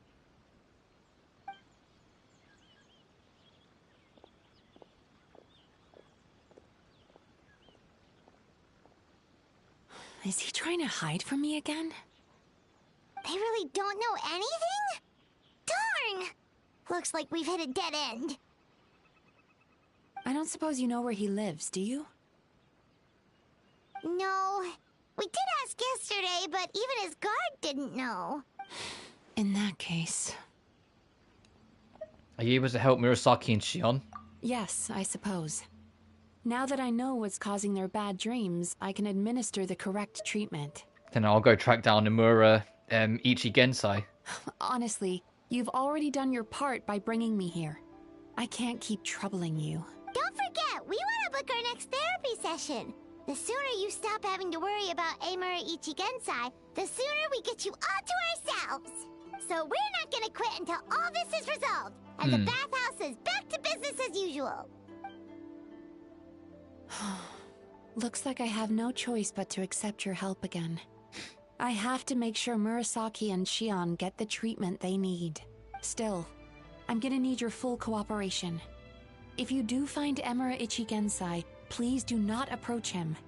Just send me a message and keep an eye on him until I arrive. The last thing I want is for you to put yourself in harm's way. Don't worry about that. You should see some of the other bad guys we've taken down in our time. This guy's small potatoes compared to them. Paimon. Alright, sure. We'll keep our distance and send the message. Very good. Let's get going. Very good. I love her voice.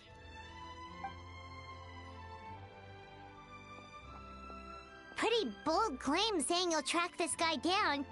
It's nice of you to give Mizuki one less thing to worry about and all, but what the heck do we do now? What if we can't find him? 'Cause in case you hadn't noticed, these guys are hopeless. They don't know anything. I bet Miko knows something. Oh, wait, you're right! She was the one who tipped us off about this place yesterday! She probably knows way more than she let on. Then she led on. There's no time to lose! To the Grand Narukami Shrine! Oh, do we really have to? It's Miko. I am warping up there. That's a long fucking run to get all the way up here. Mizuki has a nice voice. Oh, absolutely. Can you... Are we on the same wavelength now? Can you hear me in chat?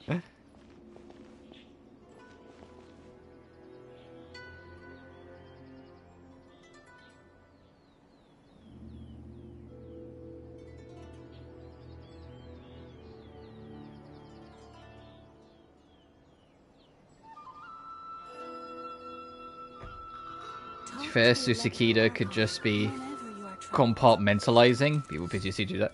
Yeah, we know it's a little bit more than that.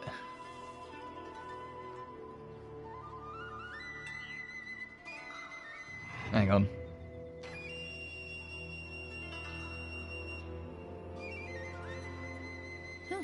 Good roll. Alright, maybe I'll take one more day off and knock out the rest of the work once I'm feeling up to it. Oh god, I hope not. Do you wanna... She's usually somewhere around here.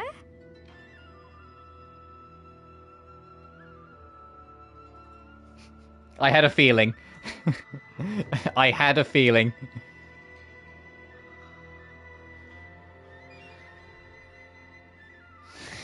Can you hear me now? Here for a fortune slip, little ones? Or visiting a friend? That happened too. Oh, Miko, no! Oh. Whoa! Where did you come from? It's been a while, Lady Guji. That was a little lukewarm. You're starting to sound a lot like her. But pleasantries aside, what's the matter? You look rather out of sorts. Do you know where you can find this Amura Ichigensai? You may remember I dropped a not-so-subtle hint as to his whereabouts yesterday. You mean to tell me you still haven't found him? Aha! So you did bring him up on purpose! It was about when I click on some videos, it says a separate tab. Oh, so it would have just started the stream from the start. Doesn't keep up with being live. Oh, fair enough. So yeah, you were behind. Let's not lose focus here. Anyway, You're here to ask for my help. The long story short, so would then, you mind explaining the situation to me? Mizuki is a basically a therapist. She eats bad dreams because she's part of a race. There's a competitor. That competitor is blatantly possessed by some kind of demon. That competitor has been magically curing people of their depression, but now we know it's not that it's curing them, it's literally locking off their negative emotions, so they're just brewing more. Miko, as always, knows more than she's letting on about the entire situation, which is why we've come to visit / interrogate her. And the reason, like, it was a little confusing because we both at the same time talked about like how much I love Mizuki's voice, and you went, "God, Mizuki's voice is kind of nice," and it was just like, "Huh, hang on a minute, are you in the same point?" But no, it must have just been that like you were at a point where you heard her speak when I did. Yeah, fair enough. We went to the place you mentioned, but he slipped through our fingers. Next thing we heard was he's not seeing patients there anymore. Apparently, he loves his peace and solitude. So obviously, And we learned that beforehand. We've got no idea where to find him now. Yeah, beforehand, Amuro was like a complete Twitter grifter. So it was far behind, yeah. Oh, and after the lengths I went to get you that location. Don't know if this helps, but we did learn some other stuff about him yesterday. For example, a guy Yeah, when you used to go by Amuro Shuya, and he was a complete Twitter grifter that was determined to argue with everyone and everything about everything. Only his name was Amura Chuya. So it's intriguing. Well, I can't remember the name of the tale top of my head, but Mizuki is almost directly in reference to like actual Dream Eaters, like Japanese Dream Eaters.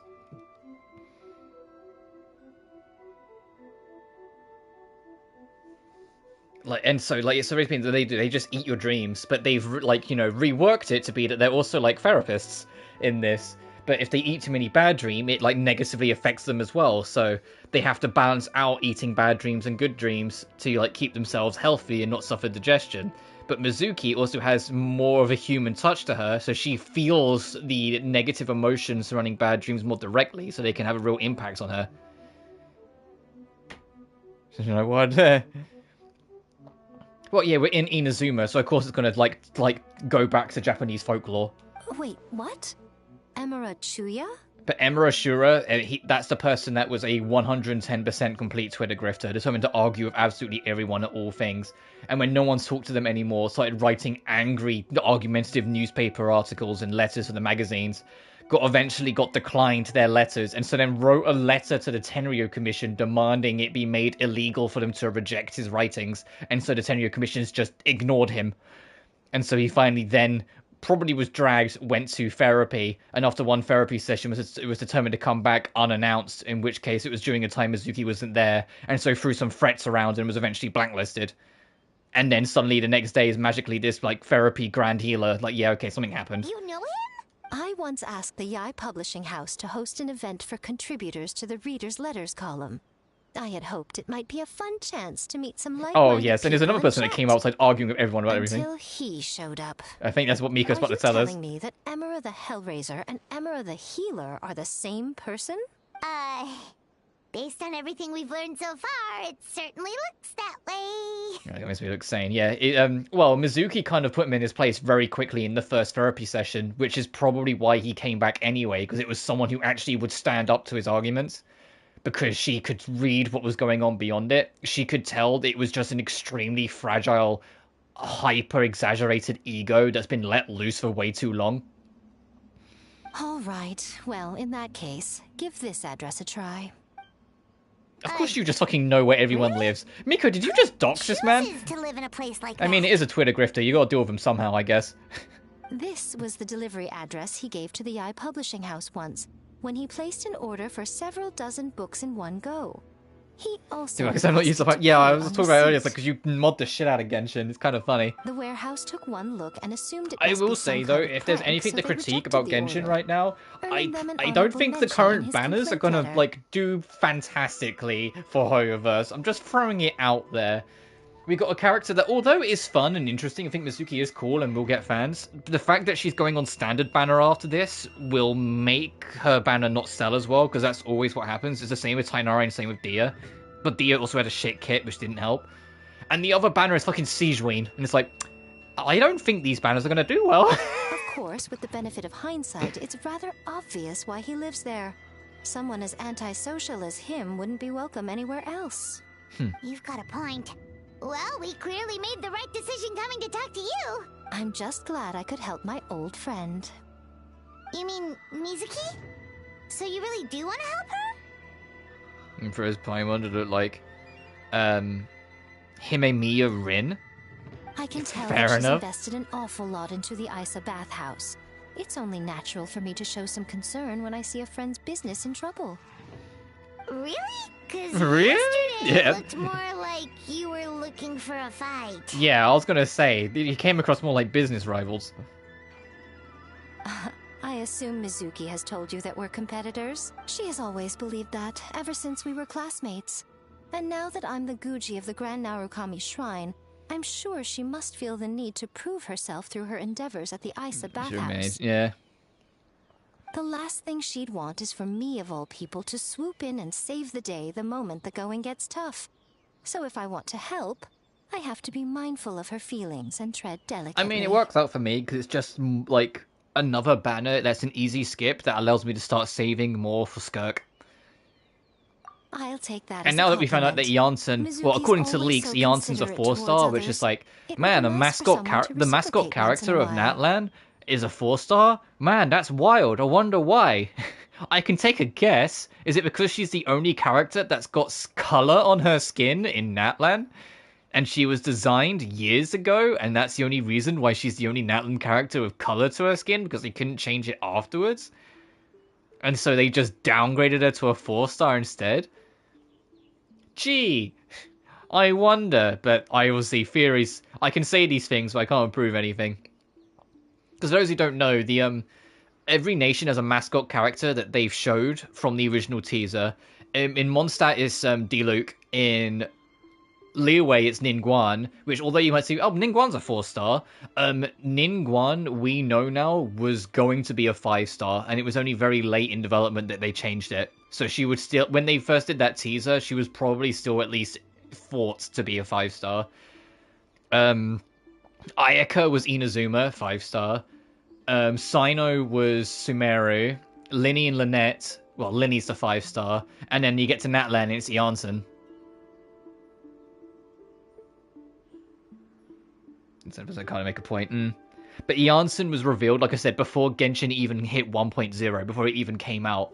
So her design then, it wasn't like they could really change it without making it obvious if they did, if that makes sense. Like, if they suddenly made her white, like, it would have been really fucking apparent and be like, okay, she was black earlier, what happened?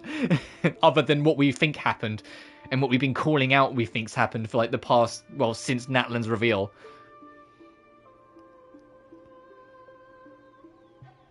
It's like, But yeah, Janssen is, according to leaks, a 4-star, and I'm just like, she's such a even though she doesn't talk much, she was kind of, significant and one of the, key members in terms of surviving the war. What do you mean she's a 4-star? Since you're in a difficult position, maybe I could do yours instead. Well done, you took the hint. Now, yeah, but if the reason why I can understand that, and any other day I'd agree. The only reason why I'm kind of like off on it is that if it was CCP interference, Janssen would have been whitewashed. They wouldn't have kept her. Well, I say that like she's got dark skin. Her skin's not that dark, but you know what I mean. Like her skin would have been way lighter. I think the fact that it's still like around where it is, and it hasn't really seemingly changed, as far as I can tell at a glance from the original teaser. Something else is going on, because I feel like if it was their interference, she would have just like her skin would have just been brighter. Oh right, come on, let's send a message to Mizuki right away.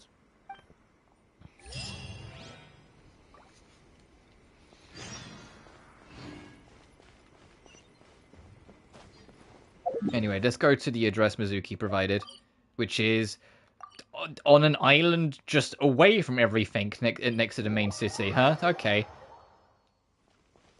God, I remember back when Inazuma first came out, this was the warp I used the most to do like my daily commissions. But if you guys remember, back at the end of 2.0, you couldn't go anywhere near these guards because there was a warrant out for your arrest all throughout 2.0. So I would warp here, and I'd have to like swerve round like this to get to the commission that's over there. Because if I did so much as do this guy would spot me, shout me out, and it would warp me away. And it was all well and good until there was a commission, and it was that fuckwit there. So I had to like go down, around, like I had to cut through the middle here, jump down here. I had to do like a fucking stealth mission just to get to this guy to do a commission. If anyone remembers 2.0 when you had the warrant out for your arrest. So I'd have to go here and then I'd climb this to talk to this guy for the commission. Because if you go up the stairs, he gets you. And if you go along that way, he gets you. So you had to do that. It was such bullshit.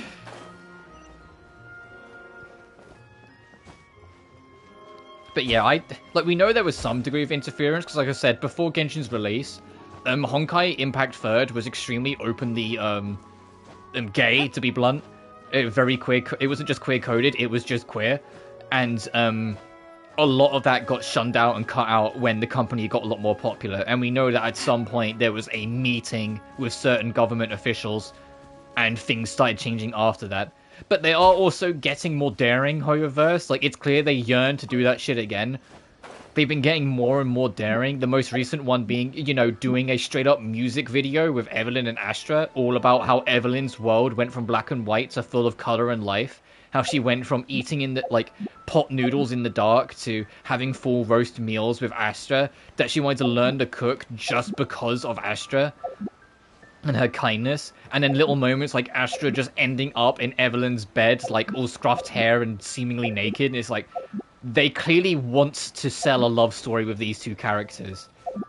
They clearly want to, and they're seeing what they can push. And they already had, like, you know, like the indirect kiss with, like, Astra kissing Eos when you're playing as, like, Belle. Like, it's clear they really fucking want to. But there's, like, they're seeing how far they can push their boundaries. I mean, Honkai Impact Third literally had Zila and Bronya kiss. The whole thing with Zila and Bronya is that Zila makes Bronya promise that she'll survive to give her kiss back. Sure, it's not fair. It only went like I was the only one that kissed you. You still need to kiss me. You can't do it until after you get back, because then it's a reason for you to live. You have to live to get the kiss back. They're like, come on, but they wouldn't be able to do that now. For doubt of argument, yeah, but they don't have any other choice. They really don't have any other choice. So when they do these things, you have to be able to read between the lines yourself. And if you miss it, that's unfortunately just has to be down to you. But they have to give it that. They have to be that way right now. So when I say, "Oh, this character is gay," although there's nothing factual in the presence of the material, that's me reading between the lines and being able to figure out what they mean. The ultimate classic example is Robin in Honkai Star Rail, where her color scheme and the colors literally drawn on her cheek are the lesbian flag. That was the most blatant that they got, that they made it extremely clear that they wanted you to know. Or like how in her trailer she's dancing with women in suits. It's like, they can't make it any clearer, literally, because if they did, they would be in trouble. So you have to use your ability as a reader to read the lines and figure out what they're talking about. You have to use a bit of media literacy to figure out what they're talking about, because they can't spoon feed it all to you, because they're not allowed to, you know?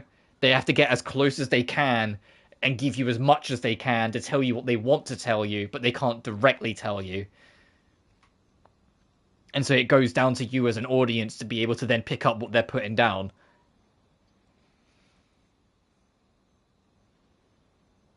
And to be fair, to try and make it not completely obvious that, you know, they are being restricted from doing queer-coded characters, they do it with straight characters as well, or straight-ish characters.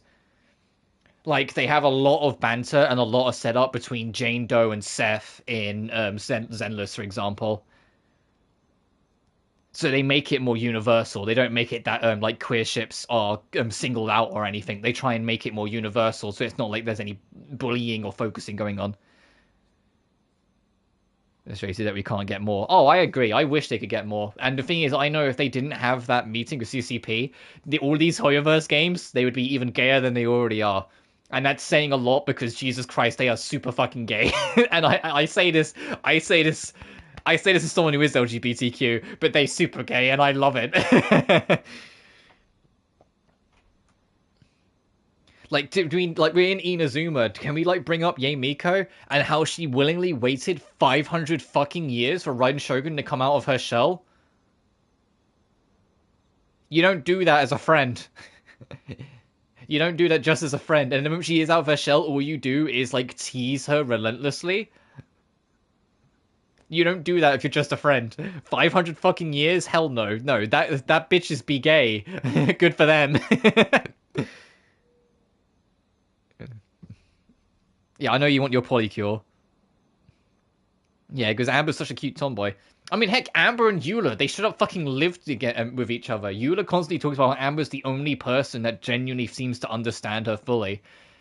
In the, like, no longer existing, like, Dragonspine event, the whole event is, like, Eula basically just protecting and looking after Amber, even jumping to shelter her when an avalanche happens instead of trying to protect or care for anyone else. Her top priority is Amber because she genuinely admires her.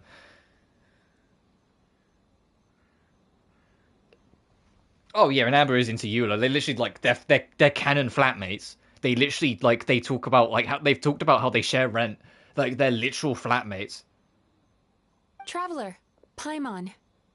Traveler, Paimon. I love Mizuki's deep voice. Mizuki! That was quick. In comparison to Paimon's fucking squeak. All thanks to you two. With what I learned from those two guys, I managed to give Murasaki and it's not Shion just lesbians as well. as soon Or, as like, I got back.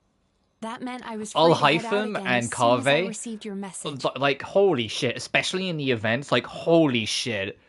Like, those two just vanish off into the woods together every now and then, and I'm like, I know what you are. Those two live together in a house, and even when the opportunity arose for Kaveh to move out, he chose not to. I know what you are. So, this is where Emura Ichigensai lives. Sure hope so, cause this is our only lead. Wait, do you guys smell that too? But in fact, it's just those two kind in of that instance what I'm fragrance. getting at, but you know what I mean. Seems like it's coming from inside. I smelled the same scent yesterday too. Then that confirms it. We've come to the right place. Now we may face great danger once we're inside. So from here Now, on I'm just out, like good for them. I find I enjoy it. It's the same with and Dr. stay Ratio and focused. Adventuring in Honkai Star Rail. I'm just like good for them. Although I'm 100% down with the Ratio Reen ship. I think that ship is so funny. Like the smartest guy in the world and the luckiest guy in the world. And the smartest guy tries to logically deduct everything, and the other guy just bullshits his way to victory all the time. And so he really pisses off the logic guy, but secretly the logic guy actually cares for the banter and the back and forth, which is proven in the story, because when Aventurine kind of like shadow dies and gets sent to Limbo, the piece of help he gets is just a letter from Dr. Ratio saying, please don't die. Like, well, this guy cares. I'm still for the Amber Eula ship. Yeah, I love Amber and Eula's ship. We'll be fine. You just focus on what you need to do.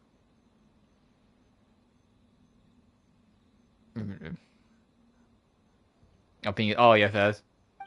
All right, fine. I suppose you're used to leading the I charge. think the only time, like, it's not been, like, shipping, and it's me being, like, waifuing. Because it does happen, like... I mean, like, strictly waifuing, because there are characters where, like, I'm partly waifu, but I also kind of ship them with other characters. Like, Firefly's a prime example. Like, she's waifu, but I also kind of ship her with Stell, because I think that's cute. But it's last time it was, like, literally just pure-blooded waifu was probably, honestly, Hu Tao. Because Hu Tao is just, like, I mean, her name in Japan is literally Kurumi. Like, in the Japanese version is literally Kurumi, or a play-off of Kurumi. But she's literally just, like, Kurumi coded, and I love Kurumi. Kurumi's, like, my OG waifu.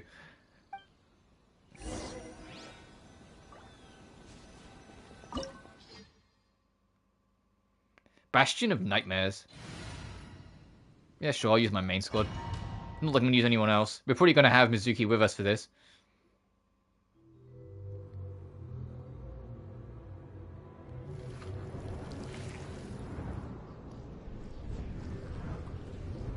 In terms of, like, just pure waifu, not shipping, like I said, Hu Tao was probably my first one in Genshin.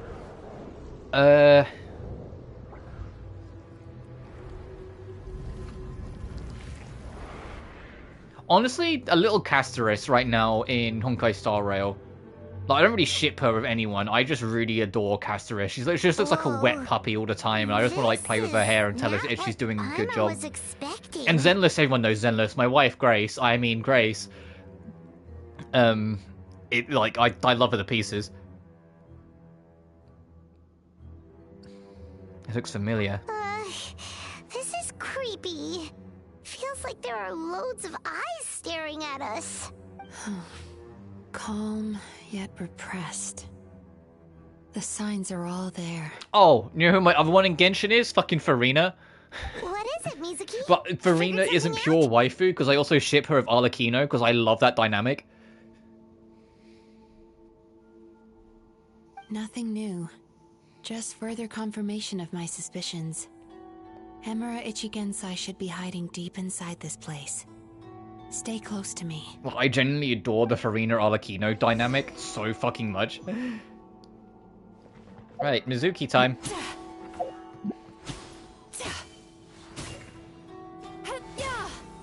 Sweet dreams. Also, she can fly.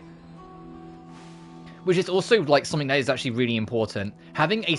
Because she's going to be on the standard banner after this patch, as I said before. Having her on the standard banner and her being a character that has flight is so important. In my opinion.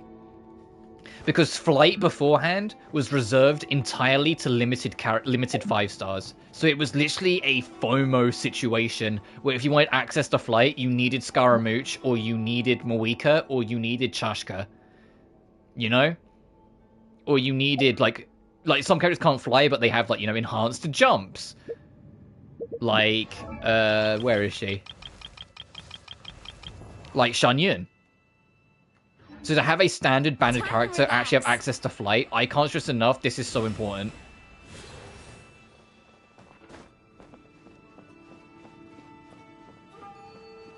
Because it's like it's just a way of, like, not having as much FOMO in the game, like fear of missing out. Oh, doorbell went. 1 second, guys.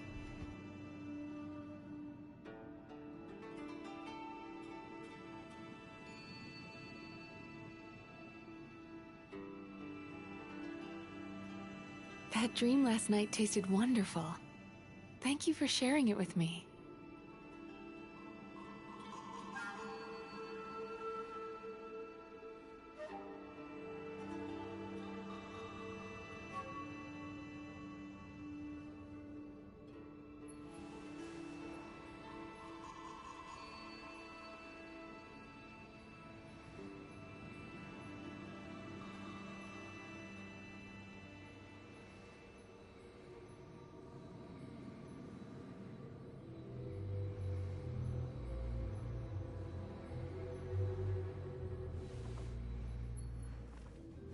Alright, I'm back. But yeah, as I was saying, like, her having access to flight is, like, just super important. Can she go straight up? Okay, no, so it's more like a focused hover, but it's still something.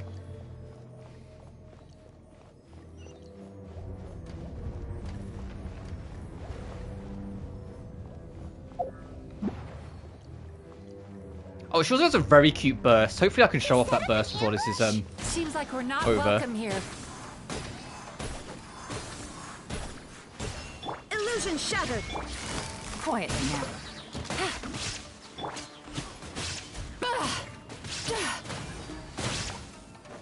Time to relax. Time to relax. I love this skill.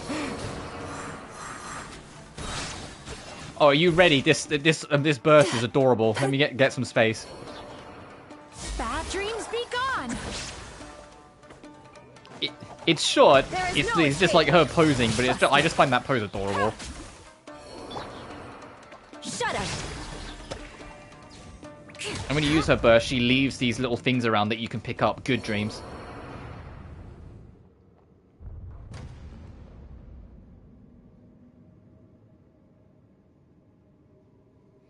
Miss Yume Mizuki, you found me at last. Ah, and I see you brought some friends with you. Please, forgive my lack of hospitality. Oh, well, you don't sound like a villain at all. Alright, Mr. Twitter Grifter, let's see what you got fucking going for us. Emura Chuya. So it is you. But is a weird moe gap where it's clearly a mature sounding woman doing super adorable things. Yeah. I mean, we learned that her race of beings, their appearance is up to them. Like, it isn't an age thing. Like, if they get older, they look older. For their race of beings, their human appearance is up to them and is usually directly inspired or influenced by their personality. Like, there is one of the three looks like a child, but is actually one of the older ones and has a very like bratty personality, and so it reflects in it. Whilst one of them, despite being younger, looks like a really like lanky teenager who's kind of like in out of their depths because they're actually a very shy and like awkward, dorky character.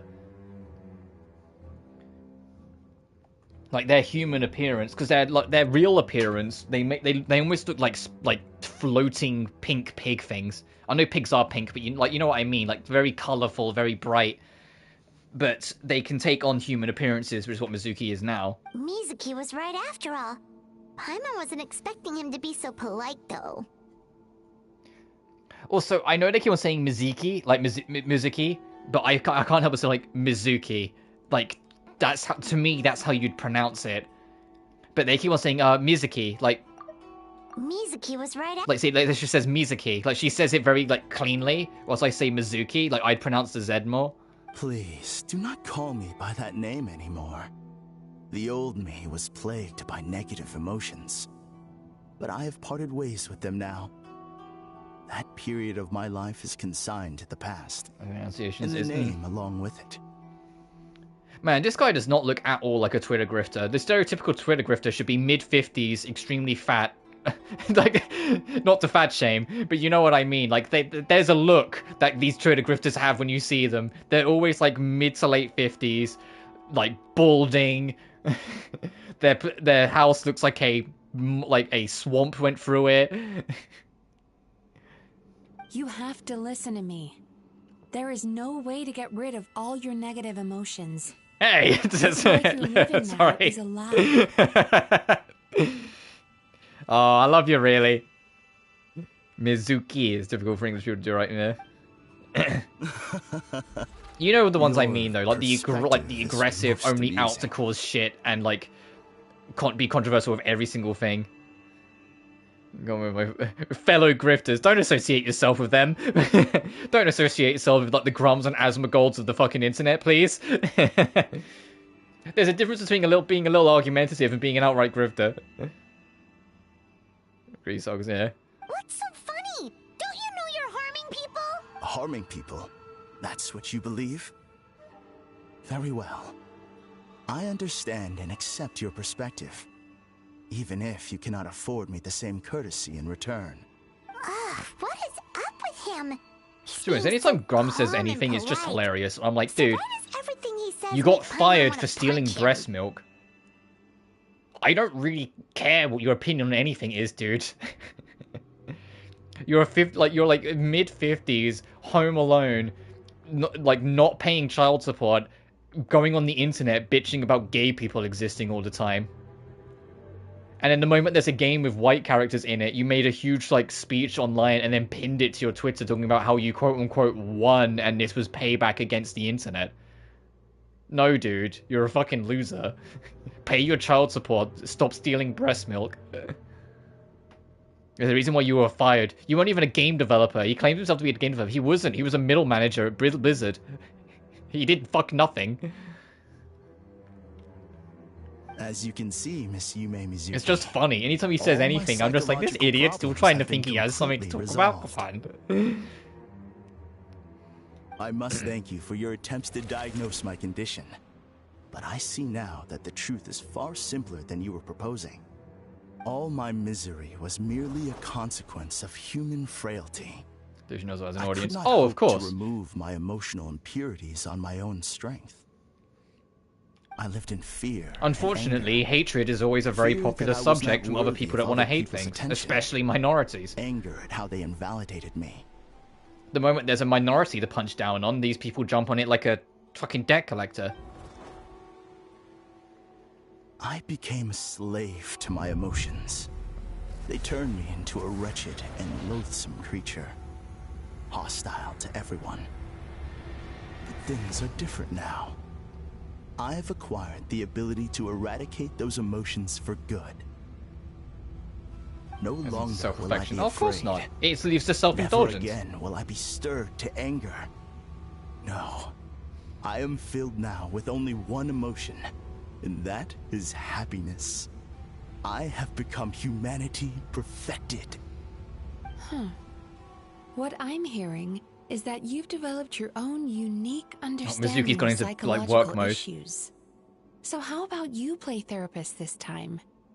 I have a couple of cases I'd love to hear your thoughts on. Yeah, but of his I rocket, would yeah. be delighted. I mean, we're pretty sure he's possessed, but we can play along.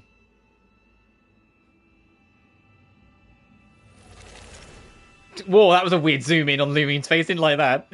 We went like fish-eyed for a second there. The first is a soldier with poor control of his temper. He flies off the handle too easily, and it gets him into all sorts of trouble. This is having a significant impact on his daily life, and he's developed symptoms of depression as a result. He simply needs to let go of his anger. Oh, is that Then he'll fucking surely easy, man? find If only peace and you happiness. just. Yeah, he's really struggling with all these things. He just needs to let it go. Come on, man. Fucking Jesus Christ. Just fucking move on. Like, yeah, great help. I think there's a D, but... Yeah, but the thing is, like, the trouble is, his way of doing it is just, oh, just get rid of it. But you never, that's not how it works. You know that, I know that. If you try and just, quote, get rid of it or pretend it's not there, all it does is bundle up in the background. And then it'll just get bigger, and eventually it'll come back and cast a shadow over the rest of your mind because it will tower over it. And then what do? The second is a fisherman. It's why I'm very who's open about a lot of developed things and just thalassophobia. very me about everything as I Now go. he's unable to provide for Because I've his been there, family, done that. I'm very which open is about causing everything because him it's healthier, and I know it is, immense so I will be. This is why I yap so much. Come on, monster you cannot slay. Exactly. Oh, of course. He must cast his fear far away and forget it. It's also why there's like... Then he well, can one return man, to you've the been in a sea few at of them. once. There's been live streams where like I get emotional on stream. Like I'm very open about my emotional state. I don't bottle anything. I'm sorry. Or at least I try not but to. you're I'm sure if you wrong dig on hard both enough, there's a counts. couple things that I've just put to the side. As you are still pretty withdrawn. I can be, I know. Oh? The soldier's anger is rooted in his strongly held principles. Yes, his rage can make him reckless, that way, true. but it also fuels his deep desire to stand against injustice. I mean, there were some things, like, I've mentioned it before, back when I first started doing Let's Plays back in 2015, I was, like, I started doing Let's Plays during some of, like, the worst time of my teenage, or, like, of my teenage years, like, some of, like, the worst years of my teenage years, where I was, like, going through a lot of abuse and whatnot. It's fitting that we have a story quest about therapy, and here I am talking about things again. But, some of those super early Let's Plays, I have since, like, eradicated from the channel, because when I go back and watch them, it's not just, you know, cringe watching back your own content, hearing your own voice, or, like, cringe, you see how much you've grown, like, that kind of cringe. It's... I can see and feel the anger and pain I had during that time when I watch it, and I don't want that on my channel anymore. If that makes sense. Like, I don't want that to be something that anyone could potentially stumble upon anymore. So, like, of the 29 Let's Plays I ended up doing in the end, a good 19 or 20 of them ended up getting completely scrubbed off the channel eventually. Because it's just, I don't like my mindset during them because I wasn't in a good place. And watching it back, I don't want people to watch it and get that impression. But I appreciate... Yeah, because you've been around for a while now. I appreciate that you've been sticking around. It's been very reassuring. Even if it's only a couple people every now and then. Because obviously sometimes it's not just me and you. Sometimes other people hop in and whatnot. It's very reassuring to even have a person, let alone anything more. Like, it makes it feel worth it. Even if I'm, like, you know, the growth is slow. Losing his anger made him passive and apathetic. He now stands by and does nothing as bandits attack innocent people. The fisherman's fear made him one of the most reliable Odd and sailors often around. idiosyncratic Thanks to his behaviors. I do feel cautiousness like and diligence, you've gotten a lot better though as accidents time's were gone a on. rare occurrence among his I crew, remember, like, despite the dangers of their there was a period of time where it felt like we were arguing about something almost every day. And it feels like most of the time now, we just spend time messaging each other going, oh man, look at this cool thing I found. Oh cool, look at this news update. Oh, look at this thing I just did. Look at this platinum trophy we got. Like, we do a lot of that shit now more. Like, it's a lot healthier, even if it's kind of like it's not like elaborate. We're not having like life-defying conversations. You get what I mean? But after forgetting his fear, he destroyed the fruits of the entire crew's labor on his first return to the sea. Fascinating, isn't it? Anger gives people the courage to stand up for what they believe in.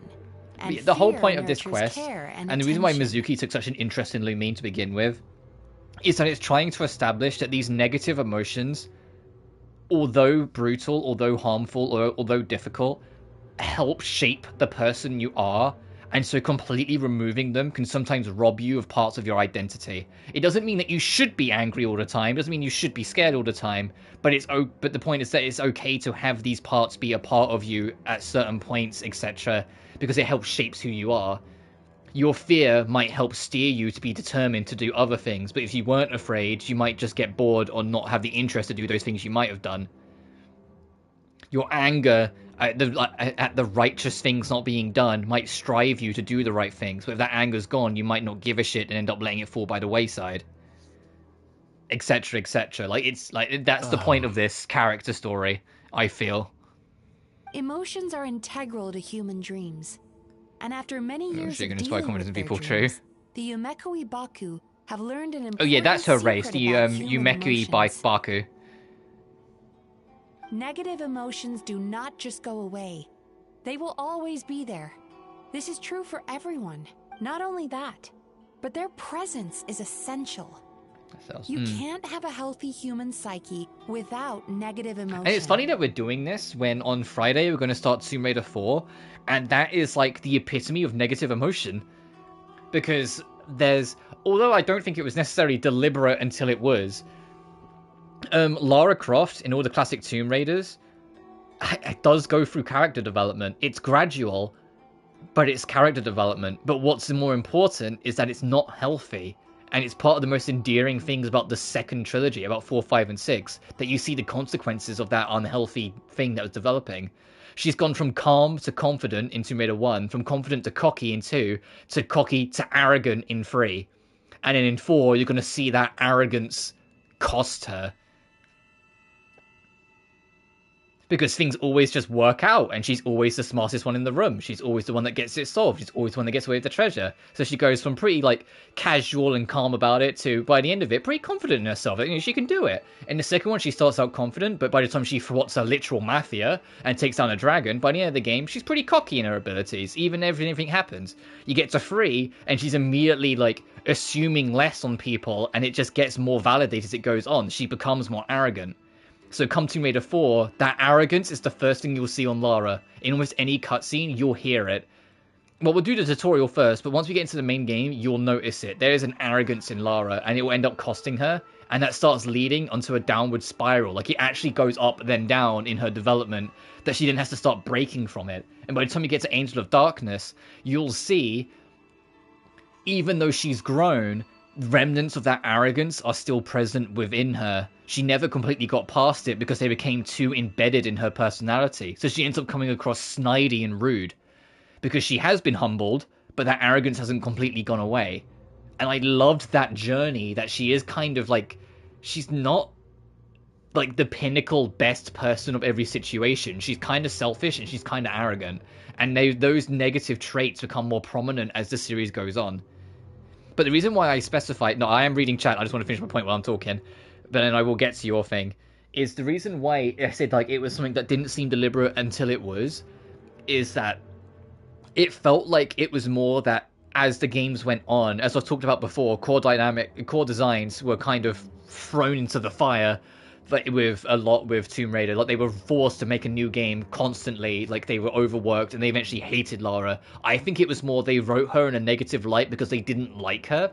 And then after a while, they realized that actually, hang on, there's something we could do with this. Anyway, see myself and foundation of people like a scalpel, so you have a different interpretation of it. There's a quote from Abraham Lincoln: "Do not judge someone during their times of strife if you wish to see a man's character given power." Oh, yeah, I know that quote. In terms of adversity, I mean, but I get what you meant. Yeah, I know that quote. So do you have any idea what you've done to those poor men? And that's kind of what they do with Lara. She always wins. She's always the most powerful. And what becomes of it? She becomes arrogant. And so then we'll see Tomb Raider 4. I'd like to not spoil it, but Tomb Raider 4's whole story can be summed up of it's Lara's fault.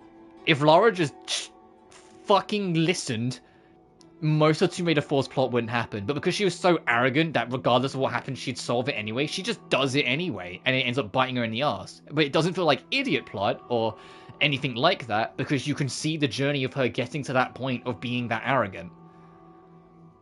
That she just assumes, oh, I'm taking this treasure because I've decided so. No one's going to stop me anyway. And then she ends up fucking everything up by doing it because she just assumed it would work out the same way it did in the first 3 games. And then Chronicles is interesting, but we'll get to Chronicles obviously as well. And Angel of Darkness is the real repercussions of that. Where you see like glimmers of that arrogance still there, but she has been humbled. She's put on the back foot a lot more. But I'm afraid that the only emotion I sense in them now is happiness. How can you believe? And it's something that is actually emotions are required for a healthy psyche? It's a laughable theory. So I'm letting this dialogue play out. Don't you remember how I was when we first met? You call that healthy? Also, he warped to standing on the table like a fucking schmuck.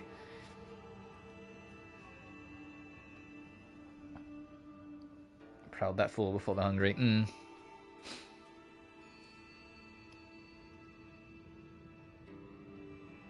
But what also helped as well, sorry to get back to my point, is that in Tomb Raider 4, Lara had a new voice actress as well. Who, for the record, is one of my favorite voice actresses to ever take on the role. She voices Lara for 4, 5, and 6, so you'll get used to the voice real quick. And I felt the voice performance, that when we get to it, was perfect to fit this arrogant but not like bitchy Lara, like this overly confident to a point where she thinks she will overcome anything and very negative minded towards the world around her kind of voice. But I actually appreciated as well that across all 3 universes or timelines of Lara, it's like the one thing that sticks, that she always has a somewhat selfish negative aspect of her character. It shows itself in different ways, but in all 3, Classic, Legend, and Survivor, she's selfish. Acknowledging that negative emotions exist doesn't mean giving them free rein over our minds and lives. Humans have a whole gamut of emotions. They're supposed to keep each other in balance. Hey, one man, I think you and Mizuki are on a similar wavelength here. But if that balance gets disrupted, emotions start working against each other. Untethered rage cripples the capacity to be careful and considerate. Uncontained fear drives people to abandon beliefs they once held dear.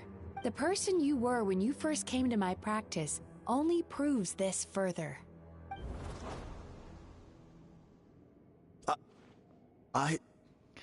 It's funny, Imura can't argue with her because he's a quack doctor that is trying to pretend he's some magical psychiatrist, and she's actually a psychiatrist. You were dominated by your emotions. Under their influence, you deliberately inflicted pain on other people. Meanwhile, the person you are now is so lost that you aren't even aware of the pain you're bringing to others. This diagnosis is going to sound harsh, but I'm afraid it's accurate. You've simply gone from one extreme to another. You say you've reached perfection, but you're just as dysfunctional now as where you started. Damn! How entertaining. Still, there's no need for me to argue back. You have failed to provoke me. I will forgive you for this offense, because I know my present perfection to be a fact. I have direct and incontrovertible evidence.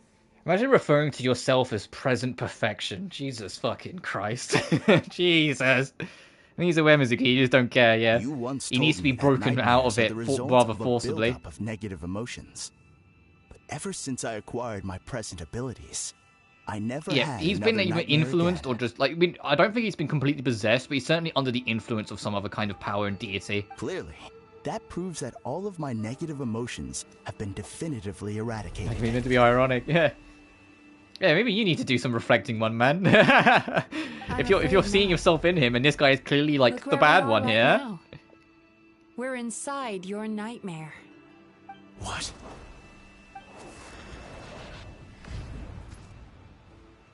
I'm messing with you, obviously. Don't worry about it. No wonder! Paimon knew something was up the moment we arrived!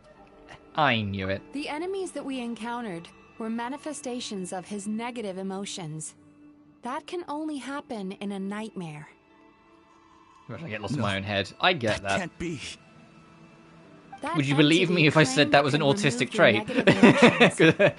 I'm not even kidding. From my own psychological background, like, would you believe me if I told you that's an autistic trait?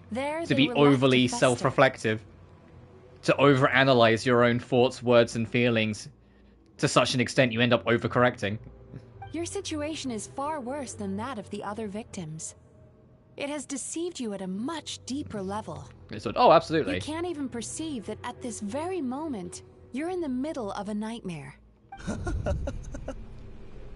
How laughable. I just make it the comparison to autism because I'm autistic, so I can use myself as reference. Fear left in me. This is all just a terrible joke. Oh, I know you do, and I think that's a shame. No but I know that's just your opinion, and I know that's something I can easily change. I embrace who I am. I take no shame in it. I know I'm odd. I know I'm not always the easiest to approach and talk to. I know I'm a complete yap monster once you get me started.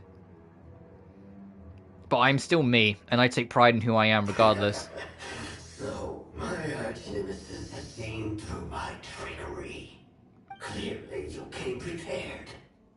The emotional cocoon I'd wrapped him in was all but impenetrable. Honestly, like, I make the joke at, like, some of my work friends. Like, they always call me, like, the miracle child. And I'm like, yeah, I kind of fucking am. I have 7 physical disabilities. I have PTSD. I'm autistic and I'm trans. Like, then like, is there anything else? So it is you. Just as I thought. Care to share, Mizuki? What is that? A nightmare monster. A fearsome yokai. Oh, it's a yokai. That makes sense. Inazuma. I should have gathered that there was going to be nightmare deities. We Yumekui Baku eat the nightmares of humans, while they called those nightmares their home. So we were natural enemies. Right. When I heard the traveler recount that strange dream, I knew that this like I was said, a it's each to their possibility. road. I'm not going to try and convince you different. I'm going to try and always be supportive if you need it to be, But to it's help still a affirm shock to for see you one of that our it isn't a long-lost bad arch thing. But enemies I in know the you flesh. have too long a They were history supposed with to it, have and it's gone hard to break extinct old long habits like ago. that and old beliefs like that. Then allow me to formally introduce myself. My name is Kurumi, and I am the last of my kind. Kurayume. That's a name I haven't heard in a long, long time. Wow, I feel like we're in the middle of like an How age-old you rivalry. survived all these years. Likewise, Yumezuki is a name that takes me back to a different age. Although I must say, we may be born enemies, but I have never felt any great animosity toward you personally. But sometimes, having those less cards allows you to focus your strategy quicker, compared to someone who might have too many cards. I know I'm like picking at fucking straws here, but you get my point. Ultimately, the fall of the nightmare monsters was the fault of our hosts. Humans are such fragile creatures. But now, I have found a way to revive my kind, and you are too late to stop me. Uh-huh. Oh no! We've got to catch up to him! I see things. More speed.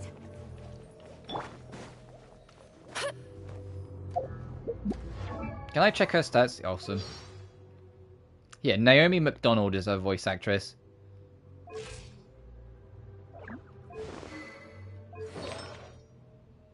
Oh goodness, just straight up like animo boosting. I don't think that's that's the set people are going to use for her. I'm going to call it now, considering she's a support character.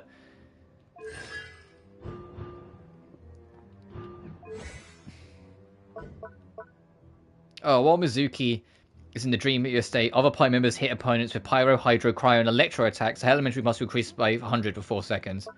And then all ailments banished. When she's in the party, party members have a chance to recover 30% additional HP when using healing foods that do not have reviving properties. So just healing. And sound, it swings in roundabouts. Yeah, I know. In lines with the 5-card stop over here rather than Yu-Gi-Oh! Or Magic the Gathering. In fact, will always trigger the traveler is the character consuming healing food. Oh, the chances of it increases with the character's friendship level. Ew. But it's always guaranteed with Traveler. Ew. So if you've just got a character, she's not actually that helpful to them. You have to actually get them to like friendship 10 before like you know it's consistent. That's actually ew. I don't like that at all. What the fuck?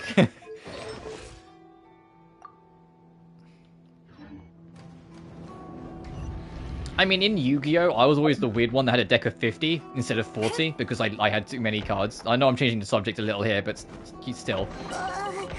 What's happening? I know you're supposed to have a card of 40 because then you're more likely to get the cards you want quicker. The feeling of rejection. But there were just too many cards that I like having and like setting up with, so I ended up defaulting to 50, which puts me at a disadvantage because it means I'm more likely to not get the card I want. But if I do get the card I want and set up, fucking oh baby. Because for those who don't know, in Yu-Gi-Oh, you can have up to 60 cards, but no one fucking has 60 cards. Whoa! What happened to all the tabs? He's repressing his emotions even harder. Oh, she has a little bow. Also, there's the tail. You see the tail that's wrapped around her thigh? When you do her last attack, it leaves it. Look, there it is. Her little tail. Yep, he said, hey, use her skill to fly. There's a lot of social rules and social measures. Sweet dreams. Oh shit!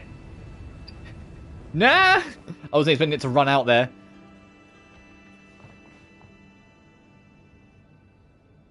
It's all speed bullshit. Yeah, that's why I don't play modern Yu-Gi-Oh! I stopped playing around the time tuna monsters were a thing. If I'm going to play Yu-Gi-Oh! With someone, I'm playing OG and at most GX or Fusion Monsters, because Fusion Monsters are actually kind of fun. Can I use her skill in midair, by the way? No, I can't. Okay. Sweet dreams.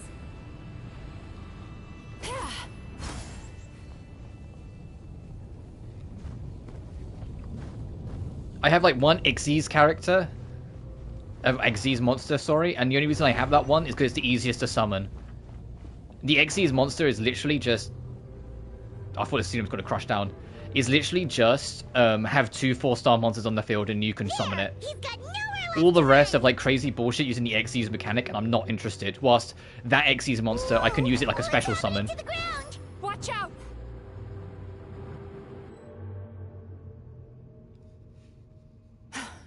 I used my powers to cushion our fall. Is everyone all right? Don't worry, we've fallen from bigger heights before.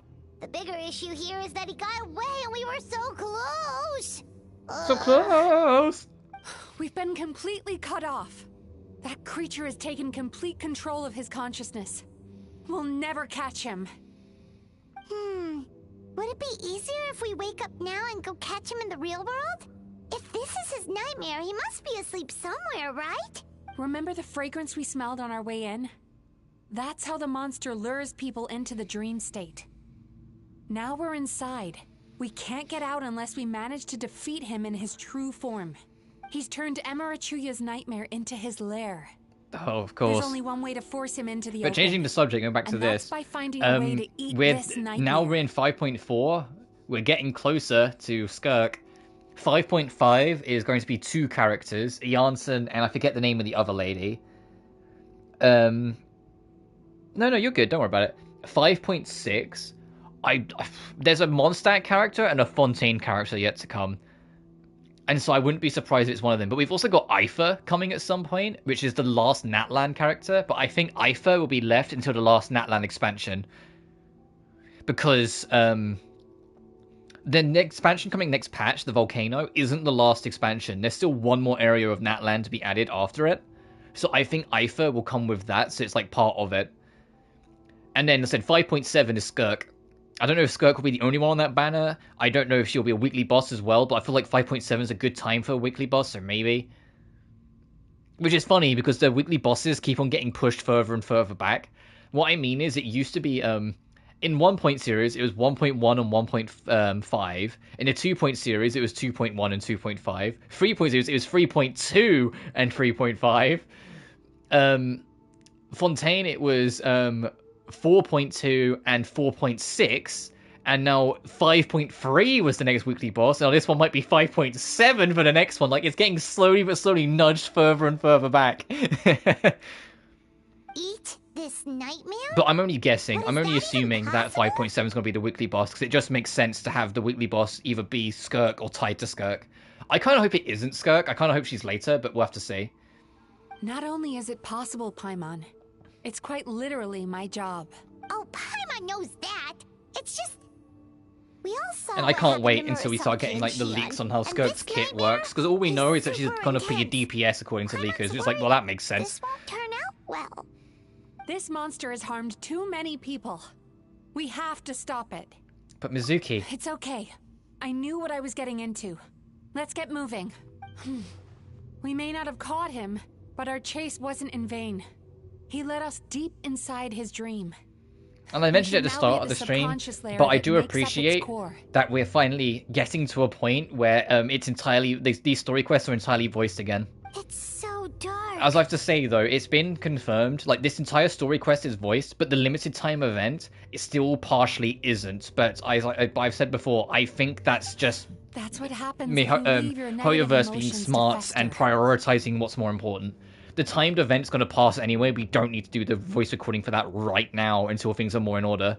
There must be a lot of emotional fragments in this place. We need to follow them one But by yeah, one next patch, until we reach our Natlan's getting destination. expanded. Wait, We're getting the volcano, so that will probably be 1 or 2 streams as we explore and do that. But I will use my main Natlan party when we do that, because they should, in theory, be fully built by then. Because the only one that isn't fully built really is Moika. Touch Shuya's emotional candles. That was a harsh cut. It's your fault. It's your fault. Do you understand me?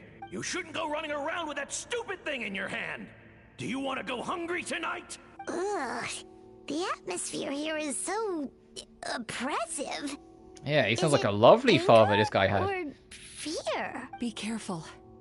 Every time we draw near to one of these fragments, we'll experience the underlying emotion on a visceral level. But like, the fact that it's 3 patches away is still a little brutal, because that means it's 4.5 months away still, but equally, only 4.5 months away. You, a writer? Didn't they reject you already? Get rid of this trash. Go find a real job. Jesus Christ, is this his dad or my dad? Aw, poor guy. Paimon feels so bad for him. We shouldn't stay here. Let's keep moving. I can make that joke. I haven't spoken to my natural father in fucking years now. Turn that frown upside down. Wow, that's a line that she says? Oh. Ha ha! I won! Another round? That guy?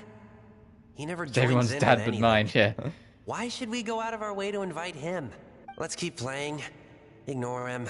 Wow. That's so sad. Nope. Not here either. Look! There's the light!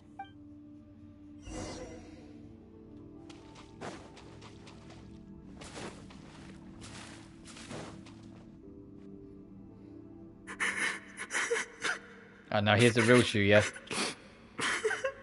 What is this place? Says I'm just like, well, you probably are in ways that you just don't realize. I know that's a real non-answer to give you, but that's all I can really give. It's his sorrow. It probably is just as simple as you are, Yes, like, maybe not identical, sheer but you are in ways that you overwhelming just don't sorrow. realize. Human emotions exist in a delicate balance. When that balance is lost, negative emotions spiral out of control and go on to fuel nightmares. As much as like my mother and I disagree a lot of things, I have a lot of similarities to my mother.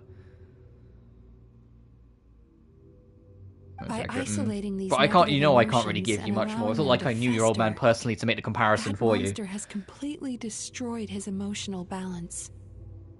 That's why he was able to create such a powerful nightmare. If we want to restore balance, we have to dispose of the excess negative emotion. Oh, so that's what you mean when you talk about eating nightmares. Well done, Paimon. Very clever. It's also funny because there's a colleague at work that I get along with really well, and like we always banter with each other, but like anytime, like every now and then she'll just say something and I just look at her and go, Jesus Christ, and she just goes, what? And that's something my mum would say, and she goes, no.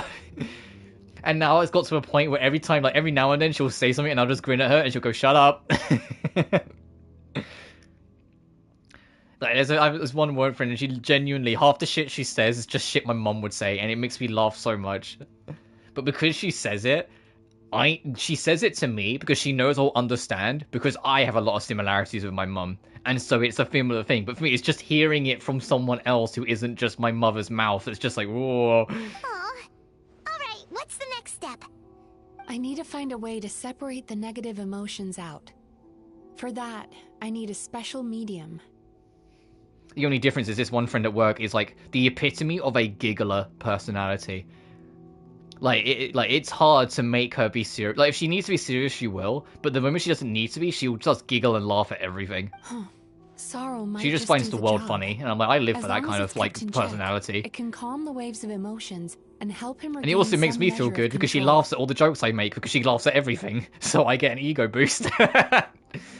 I can literally say anything and she'll start giggling, and I'm like, yeah, I'm funny. Let it out, Chuya. Let the tears flow. You'll feel better after a good cry. This process will untangle his unbridled fear and anger, his unresolved resentment, and his unshakable despair. These excess emotions will be separated out from the rest. They are the source of this nightmare. She's walking through water with socks on again.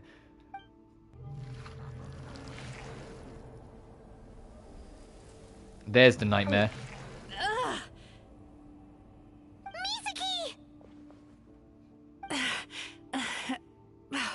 It's all right. It's an unpleasant flavor, but I've tasted it thousands of times. Yeah, but it isn't just a nightmare. A good This is cry trauma can you're work trying to like wonders.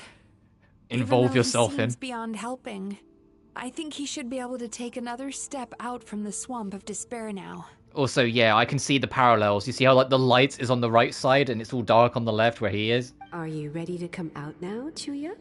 I'll be waiting for you right here, son. I'd love to listen to more of your stories whenever you're ready.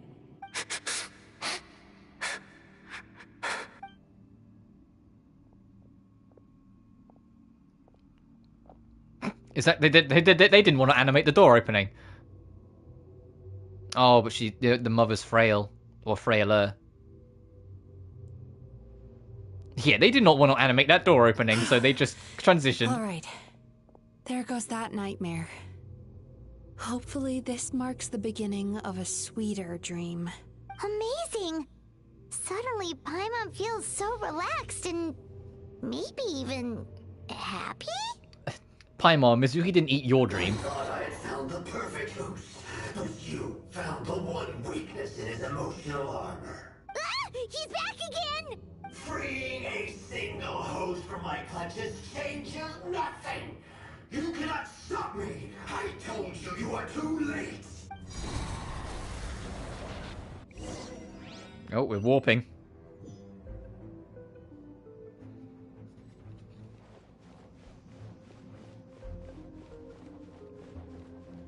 I miss proper Inazuma domains. Like, they were like the only domains on the map that were genuinely really fun. I miss domains in general. Where the fuck did they go? Do you remember like the one time your one and done domains that used to be like all over the place in like Mondstadt, Leeway, and Inazuma? And like they'd actually be like little mini dungeons for you to run through? they don't exist anymore. A new dream. I can't believe it. He's brought us to the borderland. What? No. I don't want to go to the Borderlands. Is Gearbox here? No. Is this Borderlands 4? Borderland? Or is this To that put it shitty movie? simply, it's a dream within a dream. A space hidden deep within the collective Oh. Inazuman subconscious. A dream that can exist even without We a thought we were in host. that scripted fight. Oh, yeah. This must be how that monster managed to survive the extinction No, of but some his of them were kind of clever. They had little He hid puzzles here. and elements to them, and they were just fun to go through. And they just kind of Every domain since like Sumeru is just a means of the story. He's trying to turn this and they're place only into in a like story nightmare, so quests. he'll be more at home. It's so cool. And he's creating copies of himself.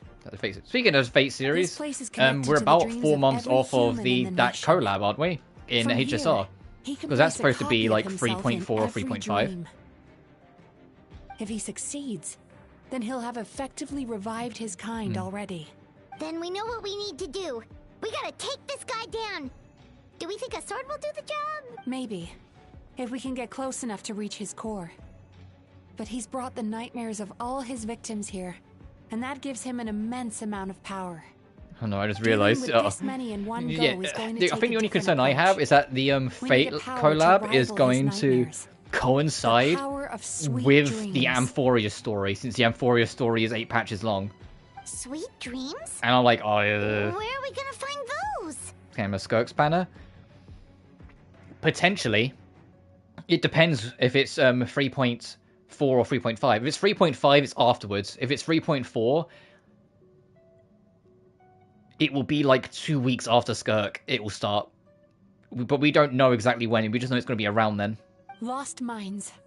There should be some around here, and some of them will have come It's literally the difference from between Sweet 2 weeks and originally. 2 months, Come on, follow me. depending on what patch it lands on.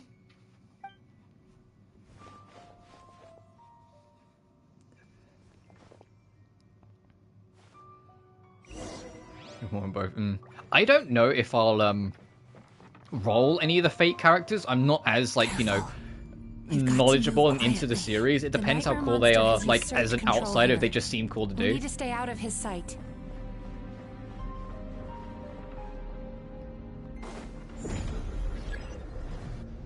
Oh, okay. This is the fucking avoid Gary fucking thing in SpongeBob Cosmic Shade.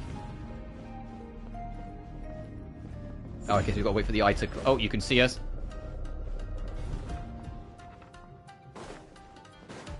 Sweet dreams.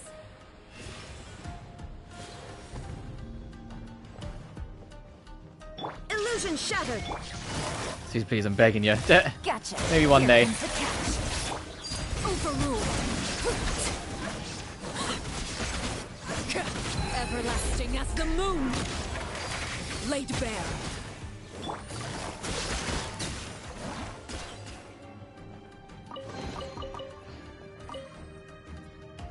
Chasing Tanuki through the woods, and climbing trees to I do want to try that. Kabuto. Is it called Samurai Remnant? The like the Fate action game that they released like the other year. Thank you for lending us your happiness. That game looked cool, but it's just finding time to do it because there's a lot of other stuff I want to play this year, and potentially even more. Oh wait, potentially even more depending on how the state of play goes. Which, for reminder, there's a state of play tonight. There's a 40-minute broadcast that Sony is going to be showing, revealing new first and third party games and providing updates on others. There is a non-zero chance Halo coming to PS5 gets announced later today. It's at 10 PM UK time, so obviously you have to figure out the conversion for yourself. It's about 10 hours from now. I'll just say that. Regardless of where you are, it's about 10 hours from now. Watching fireworks fly up into the So that sky. game isn't canon. Oh, fair enough. And writing The wishes Samurai on a Remnant prayer one. plaque. Thank you for I sharing have some your hopes. passion. All right. Thanks, We've dude. Talk gathered about the enough moon. power Man, I to can think of so proceed. many like Time to face him head on. extremely highly loved and anticipated or recognized long-lasting franchise that have something to do with the moon. The core should be just It's up kind of ahead. wild. Like the moon is almost This like will be a if tough if you fuck with the moon, you know you're in for something good. It feels like, you know, like it feels like that's a thing. In enough like anime or anime-esque properties, you fuck with the moon, you know you're in for a treat. I just wish we could have gathered some more. But these are all we could find in the immediate vicinity. Which means we're running out of time. Our chances of success are shrinking by the minute. We have to act I say now. that, speaking of the moon, we're almost definitely going to go to the moon eventually on Zenless Zone Zero, because there's a holo on the moon. And it's also where Zenless's universe of I believe Zenless's Kiana is there. I say I believe because I'm not certain if she's there. I just think she is. But we've seen Zenless's Kiana, and we know that she's heavily tied to the origin of Hollows. And so I wouldn't be surprised if she's on the moon, which would be fitting because that's where Kiana is in Honkai Impact 3rd right now. She's on the moon, and she's probably tied to it in Genshin with the false sky and like the broken moons behind it. The unknown god is Kiana, so of course Kiana's still being tied to fucking moons. Domain of vampires, any planet or supercomputer. Oh, Fez.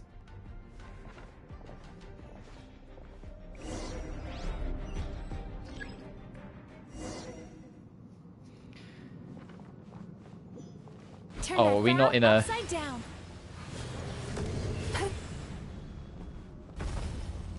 Oh, I've got to recover. You can wait. I can see it's flashing. It needs to recover back. Okay, so you can't stay. Can I land on this? I cannot. Okay, let's reset.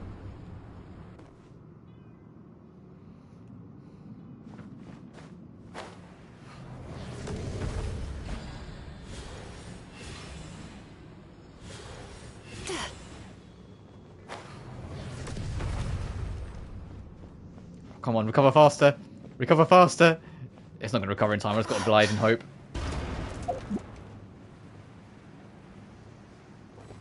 We're good. The alacrity with which you walk into my trap surprises me. Do you not realize why I lured you here? Because this is my domain. The world where I rule. Not yet, it isn't. To the core. Rack and ruin. Oh, a bit of Inazuma music. I've missed you.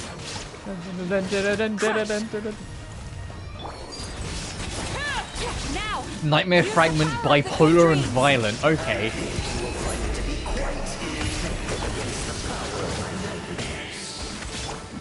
Except we've already won. You will find your abilities quite ineffective against my night. Wait, you've already beat them? What the fuck?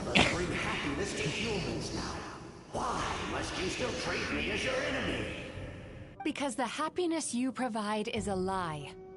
All you do is make them forget their negative emotions exist. And now they're living under the illusion that they're gone for good. All the while, these repressed feelings continue to fester in their subconscious, eventually becoming nightmares intense enough to become your home. Your kind has always thrived by magnifying your host's negative emotions for your own gain.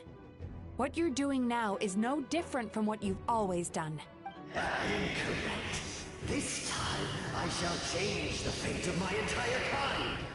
When a human becomes dominated by their negative emotions, they lose their ability to survive. That is how my kin died out. But I can give them a fantasy instead, turning them into the perfect hosts, capable of surviving no matter how dire the situation in their subconscious gets. This is the path to a revival. My kin shall rise again! You do realize what that means, don't you? You've gone from one extreme to the other. Oh, it's the same talking point. Oh, I'm perfectly aware. There is nothing you can say that I do not already know. For over all the years that your kind has been learning about the human mind, I have been hiding here, watching. Oh, hey, Kurumi, there's a severe problem. Yeah, you think? Ooh, camera upside down. That you impose upon yourselves. The health of the human psyche is of precisely zero interest to me. Now here is a question well worth thinking about.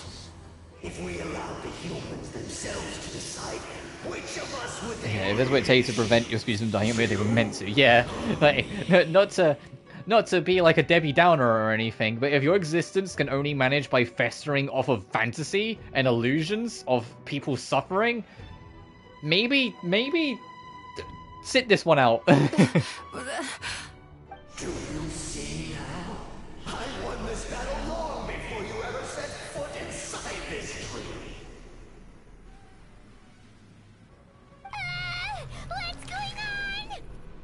Oh, it's absorbing more nightmares. He's growing stronger, but we've exhausted the power of the sweet dreams already. Then we need more sweet dreams then. Even if we could find more sweet dreams now, it still wouldn't be enough. If you accept Yeah, it's trying to overwhelm her. are an immutable presence in the human mind, then you must also know that such emotions include apathy and sloth. Without the Yumeki Baku there to hold their hand and walk them through dream regulation therapy, do you honestly think that anyone would ever be inclined to embrace the negative emotions? No, they would sooner run from reality to forget all about their troubles and live inside an illusion. But the whole reason I wanted to become a psychologist.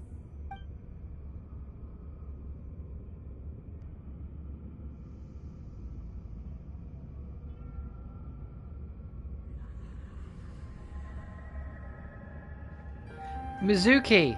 Traveler.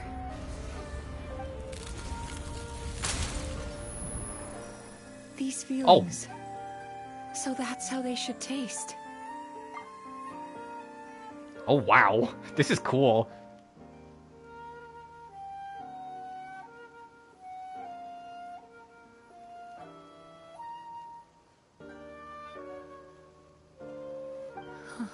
Longing, caused by separation. So bitter, and yet the experience led to a whole new journey for you. If you keep pressing on, maybe even more precious memories await. I mean, it kind of is, but they're not like... I know what you're referring to, but it's not like the fingertips are touching. Then it would be that one, I think. You know what I mean? Like, it's not. This isn't like God descending to give the gift. Despair, caused by failure, icy cold, and yet in conquering this despair, you gained the courage to face the Yeah, I lightning. get what you're talking about. Like, it's got the motif of it, but it's not quite the same. Regret, caused by missed opportunity. I get the motif. It's not supposed to harsh represent like Lumine as God. It's supposed to be that And yet Lumine it's is like only the through that loss the that we gift of can learn hope. to appreciate everything we have. And after all these flavors comes sweetness, passion, Sweetness. and refreshed hope. So that's why I was able to taste a sweet dream at our first meeting. Long before you ever met me. You'd already gained the courage to never avoid or run away from your feelings. And all your nightmares had become the fuel for sweeter dreams. Yeah, the reason why Mizuki couldn't understand Lumine's dream is because Lumine's already prepared to face her nightmares and traumas of the past. And so she doesn't have these nightmares because she's already... Like, she isn't controlled or fearful of them. She's always prepared to face them. The power that you have gained by How much you mean just processing gives and everything gives. from your long journey is surely far stronger than any power wielded by that creature. Up she The gets. whole reason I wanted to become a psychologist was to try and help people become someone like you. Oh. Music is open to unleash your power alongside them. Oh, we're in, like, electro mode. What? Oh, no, hey, no, give me my characters back. Traveler, give him all you've got. Give me my team back then, and I can give them all like fucking god. Lightning slash. I fucking hate the electro moveset.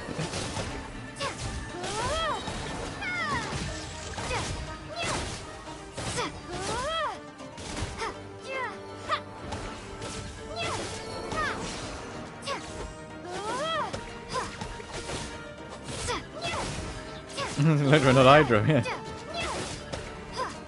Yeah, literally, or give me like let me stay as Pyro, because since Pyro's like busted as shit.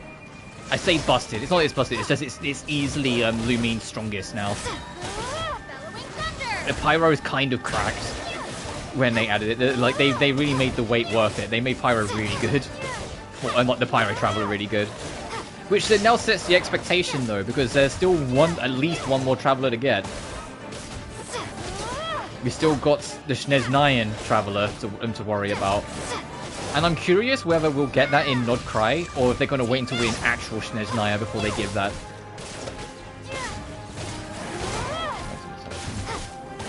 Oh yeah, there's a certain glitch right now that makes Hydro turbo fucking busted, which will absolutely get patched out eventually. There's a certain glitch involving fireworks that makes the Hydro Traveler egregiously busted, but it's a glitch, and they'll fix it. In fact, I wouldn't be surprised if it's already been fixed. Once the false dream he created has been destroyed, I can make sure all his victims make a full recovery. But right now, from strongest to weakest, Pyro is the strongest, and then it's still Geo. And then after that, it kind of goes down to situations. I don't think I think the only one that's outright bad, ironically, is Hydro outside of this glitch. Hydro on its own, when it's a glitch there, is kind of just whatever. All the rest, it has a kind of decent situation. Hydro is the only one that kind of feels worthless. And Dendro's not good, but Dendro's also, personal opinion, I don't like it. It's not that it's bad, I just don't really like it. But like, they're like the top, like Pyro and Geo kind of dominate compared to the other versions of the Traveler. All the rest, even if they're good, are too situational. Wait, does anyone else hear water? Where is that coming from? Anemo Traveler, for example, runs out of usefulness the moment the enemy's too heavy, because you can't pull them in. Some kind of device in the underwater cave. Once he realized we were onto him, he decided to sacrifice his host. Oh Jesus, he's killing him? So you mean we're in danger in the real world too?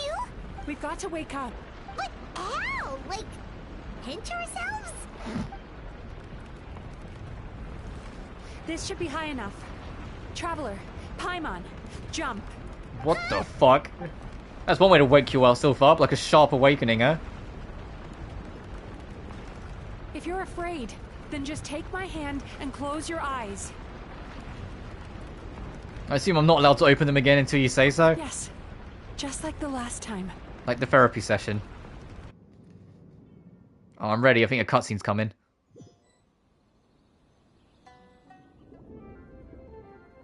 She said don't open your eyes, we mean.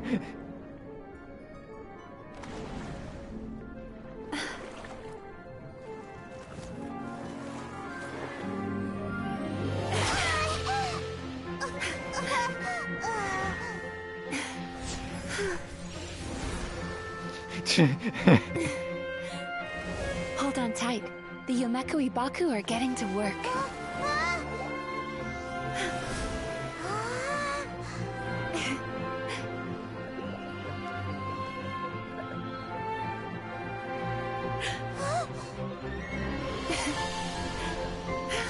Why can't we fly like this in gameplay with her?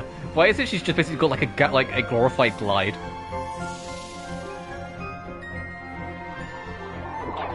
Oh, that's how they actually look.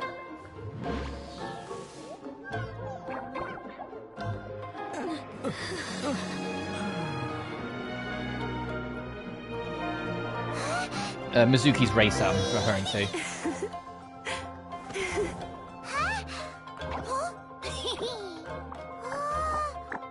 You're gonna fucking Pac-Manning that nightmare.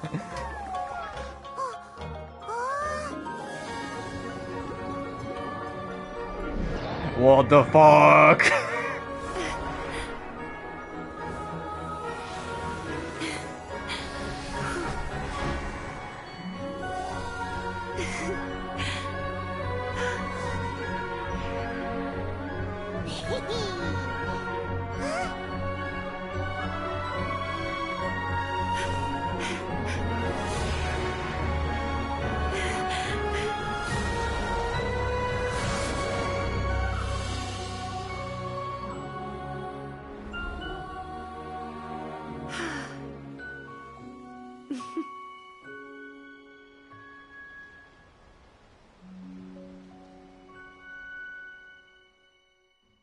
That was cute. Oh, we're still on that tree. I saw that for a second. It's finally over. It's a good thing I had the foresight to ask them for help, or I'd be the one dying from indigestion tonight. My good dreams helped, right? Mm-hmm. They were it is very twitched. delicious. Traveler, could I pick your brain with another question? What do you think humans tend to have more of? Happy dreams or bad ones? Oh. Probably bad ones, in real honesty. You've noticed it too, then.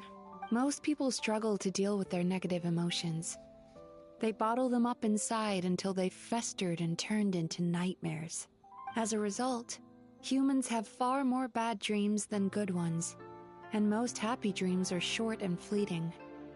They are so rare that it's basically impossible for them to be shared with others. Heck, there are even people out there who only have the mind space to have happy dreams after they've given us their bad ones. Which is all to say that the dreams we get to taste are usually bad ones. No matter how hard we try, we can't seem to change this state of affairs. I once believed the only reason we Yumekoi Baku existed was to serve as a disposal method for nightmares. It's a fate that we cannot escape, no matter how many dreams we eat or how many years pass by. Even though I call myself a clinical psychologist, I also have dark thoughts sometimes. I suppose Yeah, that's no the only shit. problem I have.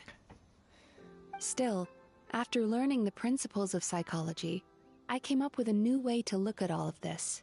If we can use psychotherapy to help people come to terms with their emotions, they'll gain the ability to deal with their nightmares on their own, so they'll no longer need to call upon us for assistance. That way, more and more people can free up their minds for truly happy dreams, until there'll be enough to share around. Yeah, Universe doesn't void you the right. Yeah, exactly. You're still human. You're just a human who's volunteering to help other humans. But that's a beautiful wish, Mizuki. A naive one, more like. Even though I've run this business for quite a long time now. Why does this feel like come true? you Not know in even the once. anime? It's like I'm expecting Lumine's hand to like claw over to Mizuki's and like grab it to just like reassure her, like you're doing fine. You're doing okay. So I must thank you. You know, like the way Because that after camera meeting pans. you, I was like, that's where I thought I was finally gonna go. became sure that my wish is achievable.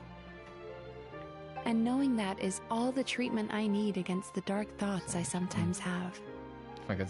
Like it looked, you know what I mean? It was like the exact camera angle. It was like that shot you see in like all the animes. It's like you expect the hand to slowly start clawing over and then take theirs. There you are! Fucking, and then here comes to spoil the fun. That both of them two are like, oh, fuck's sake. Paimon. Paimon was just watching the Baku eat the nightmares. They got really full and started rolling around on their tummies. It was so cute. Anyway, Oh, sorry, was we getting too poetic for a second? got a little distracted watching them. Oh, and speaking of Baku, Mizuki's almost like a little embarrassed because like it's like, no, that was a heart-to-heart moment and this fuckwit just interrupted. all those nightmare shenanigans. It's a little late for that now. Ask me again tomorrow. Oh. Still, the night is young.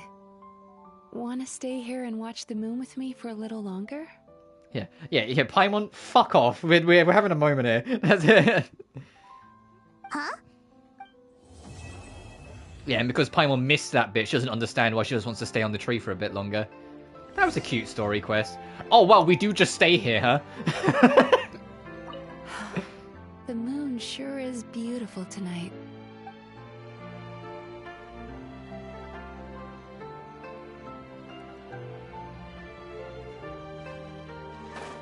Hang on. What character do I want sitting with her before I take this photo?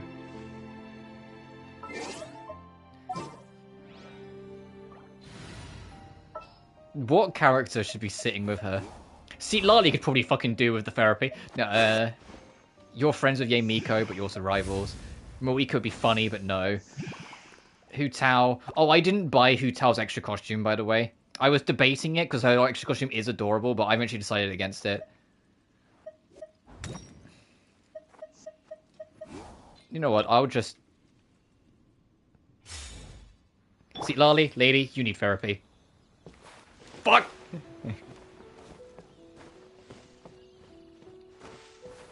Fuck! Okay, it's gonna be annoying.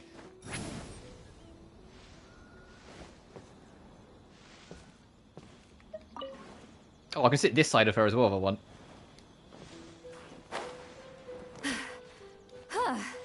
Curse. Have you seen Hu Tao's new costume, by the way? It's genuinely adorable. I'll fucking... When I get up here, hang on. Get to work. Wrong button.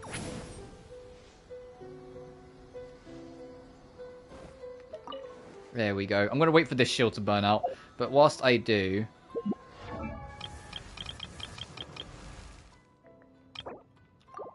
Silly churl bit. This one. You played Lantern, right? Oh, I think this is adorable, but no, I'll keep her as she is for now. I'm gonna wait for this to run out so I can take my photo, but I want to take a photo. Oh, the moon's fading, but I still want to take this photo. That's time.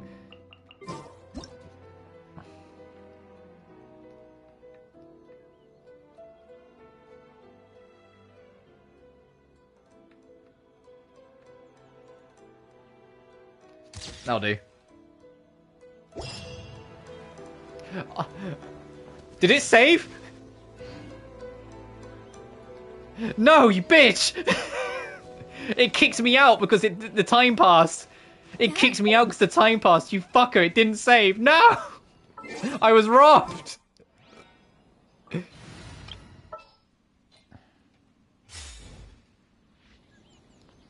Save recent gameplay. Save the last minute. I'll have to get that back. I'll have to get that screenshot back later.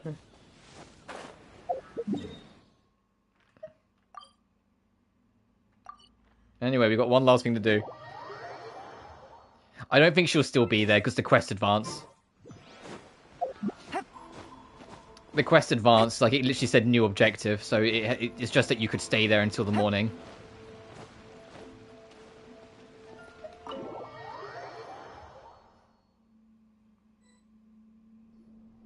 Excuse me. Hello. Please come. Oh yeah, we can hang out with these guys. Oh, they got customers again. This is what I mean. Shion's the one that's all pink, who looks a bit taller and older, but she's actually the youngest. Whilst the moody, bratty one is actually older. Why are there so many guests? Had I known, I'd have definitely turned some of them back. Oh, it looks like business is booming with Amura Ichigensai out of the picture. And it's good to see that Murasaki and Shion are well on the road to recovery. Morning, you two. Want to make an appointment? Yes, please. For today, if possible. Then I better get you another VIP pass. You're our most What happened to our old one? After all. Is it not permanent? Awesome! In that case, very important Paimon would like to start with the fine dining this time. Very important Paimon. Fuck off. Oh my. Imagine if you'd taken my advice and sold your shares the other day. It could have cost you dearly now that business is booming again. I hope you're not too upset with me, old friend. What, just because you lost your bet, Miko? Why would I be upset? It's not as if I ever took your suggestion seriously. Wow, fuck, get fucked. Oh, I've missed that way with words. So affectionate. Would it kill you to not sneak up on people every darn time? Morning, little ones. Did you enjoy the scenery last night? Oh, you were watching us then, were you? You were spying on us? Hardly. That tree was directly beneath the Grand Narukami Shrine. What was I supposed to do? Move the entire shrine to give you some privacy? Is there a reason you're here, Lady Guji? Mostly because I felt like a walk. But I do have a message from the Tenryo Commission to pass on as it happens. The gentleman who your fellow Yumeku Ibaku fished out of the water last night is no longer in a critical condition. Also, his mind seems to have regressed to that of a young child. It could have been worse, I suppose. Lady Guji, I owe you my thanks. Without your help, things might have gone a lot less smoothly yesterday.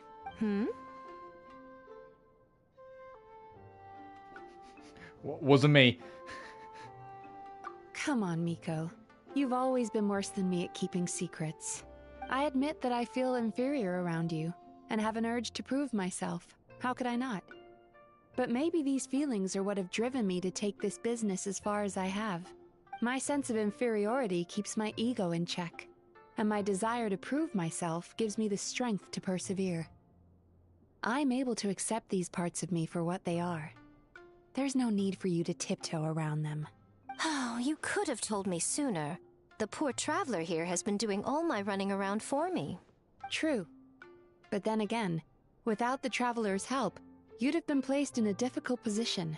Emera Ichigensai had amassed a huge following. For the Guji of the Grand Narukami Shrine to publicly go against him would have been a dangerous move. An angry mob of zealots could have done some serious damage to the shrine's reputation. Much safer for the Guji not to get personally involved. It was the right decision. While that's all true, my main concern was that I didn't want to upset an old friend. Otherwise, I could have taken a much more direct approach. What would you have done? Just killed the man? Miko. I always seem to forget that you're more cunning and less adorable than you look. Seems like my worries about upsetting you were unfounded. It's not that I don't get upset. Everyone has their fair share of troubles. But every sorrow has its cure. Okay, that's a little adorable that she looks at us when she says that. Here's your new VIP pass. Please take good care of it. Where did you get it?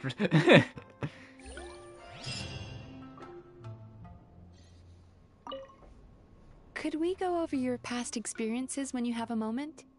There's a lot of gaps in your medical history I need to fill in. Oh,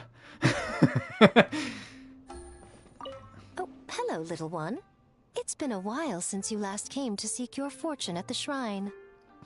Lumine? Lumine? Miko's eyes are up there. They're not... Lumine? You're just staring at her boobs? Lumine?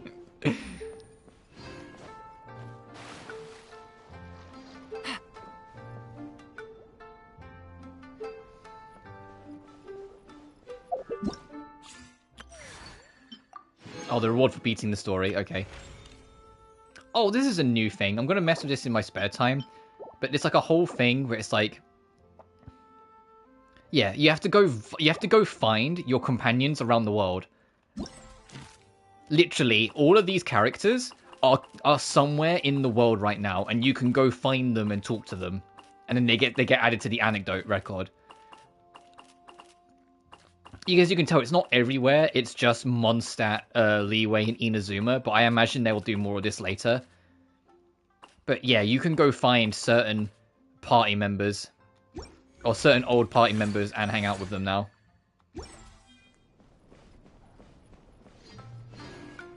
Oh, hey, Shion, what have you got to say? So sorry. I'm still registering the last customer.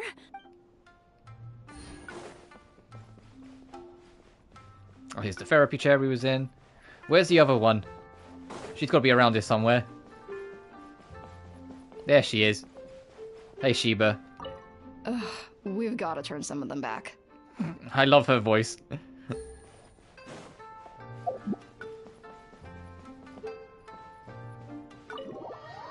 But that's it. That's the new story stuff. That's the event and all that stuff I'll do in my spare time. But we are now back up to all caught up. And it was nice, even if only kind of briefly, it was nice to return to Inazuma. See the sights, see the town again. We're going straight back to Natlan next patch, don't you fucking worry about it. But it was nice to be here. Maybe one day they'll add those last 3 islands. Like, there's a noticeable, like, gap and noticeable chunk, like, here. It's like, hey, we can tell where those extra islands are supposed to be when you're adding them. Because this is probably, like, Blackcliff Forge. Because Blackcliff Forge, the building, is underneath the Jade Chamber. It's, like, around here-ish. But it goes all this way. Get my love for Genshin. Yeah, I just wish they did more with it. It feels like it's not that it's like neglected. It's just I think the story stuff moving forward for it is too early for them to get into it, which is why it's just been kind of left for a while. Because like Raiden Shogun knows that another Archon war or something of similar extent is coming, and she's the only one that seems completely aware that a war against Celestia is coming. Oh, hey, here's some of the friends for the thing. Kadahara, what the fuck are you doing over there?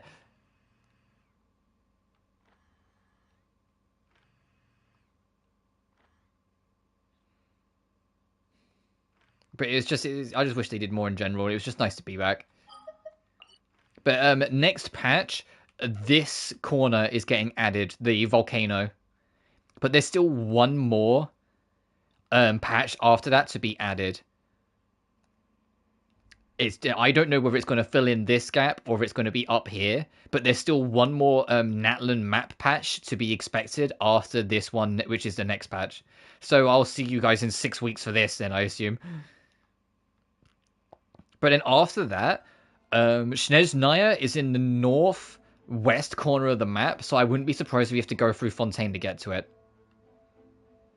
But I digress. Before we completely wrap up, because later today is the state of play, and I'm also not streaming tomorrow, as my throat goes, I wanted to very briefly just go over some of my hopes, and then we can talk about it. Beat up to Torre. Yeah, we're going to go, not necessarily beat up to Torre, but figure out what the fuck's going on in Nod Cry. But Nod Cry, we learnt, is to the northeast of Natlan.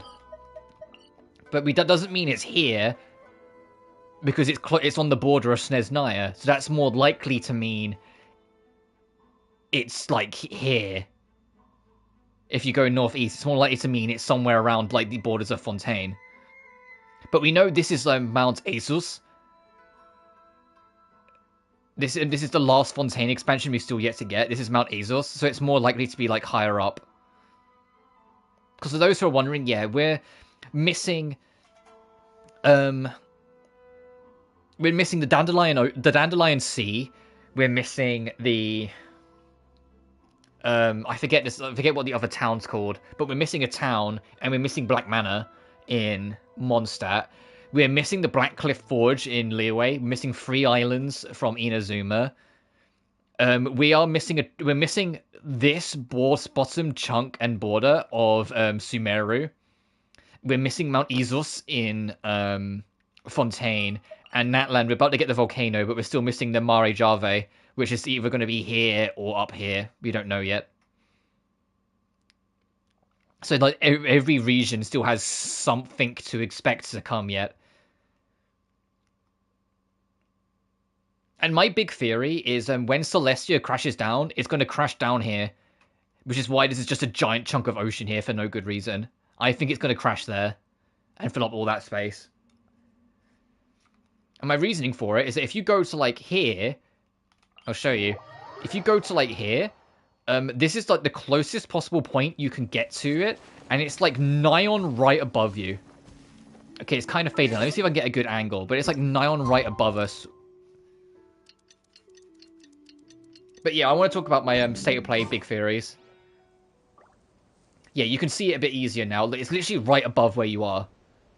So I think it's going to crash into that water there. But not because the water is empty, yeah. But my big Hopium Copium's Turbo Supremes for the state of play tonight, well, tonight my time, I think it's like afternoon for most of you guys, is Tomb Raider Next. And my reasoning for Tomb Raider Next getting announced is because with Guardian of Light being ported to mobile as well, and the Legend port being on PS4 and 5 that we got last year, that is 8 Tomb Raider releases, technically, in the span of 12 months. With 1, 2, 3, 4, 5, 6, Legend, and Guardian of Light. I think it's because Tomb Raider Next is about to be announced. We've known it's been in development for a long time. I think it's about to be announced, and so I'm putting that on there as a maybe. Bloodborne, literally anything. Bloodborne turns 10 this year, and the most recent thing we got out of it is that Sony DMC Takedown, a 60 FPS mod, and the PS1 demake. The fan-made PS1 demake. Both of them got DMC takedowns. It's like, okay, why are they doing that? They clearly don't give a shit otherwise, unless they're going to do something for the 10th anniversary. I've put down anything Wolverine, but I'm not the biggest Wolverine, I'm not the biggest, Marvel Games person anyway. I'm more putting that there because it would just be nice to see it. Actual PS3 backwards compatibility instead of the streaming thing that they've got going on would be nice as well. We know that they've been working on it, and my big hope is that maybe they'll do that. Next thing on my list is fucking Silk Song. Anyone? If they announce Silk Song, I will do Hollow Knight at some point this year. That's my promise. Because Silk Song's the sequel. Resident Evil 9, I theorized that was going to get announced at the Game Awards, and because it didn't, I'm kind of on that I think it's coming soon anyway. I think that'll be announced at any time. And my last one is Complete Delirium. It's Final Fantasy 9 Remake. And the only reason that's on there to begin with... My guy, that's pure copium, but I doubt give me MGS4. Yeah, true. Coloration, yeah. But, the reason why Final Fantasy 9 Remake is because it was on a list. It was on a leak list from 3-4 years ago, and every single other thing that was on that list eventually got announced and released. FF9 is the only one on there that hasn't. And it might just be that it got cancelled or put behind the back door, but nothing. Yeah, I think MGS4 and Revengeance, I wouldn't be surprised if Master Collection 2 is announced eventually. I think Master Collection 2, like, they are working on it. I think that will be after Metal Gear Solid Delta comes out. Because, by the way, if anyone who doesn't know, Metal Gear Solid Delta, the full remake of MGS3, is officially coming out late August. Which means I will be doing my playthrough of MGS3 before then. I've got an actual deadline to do it before.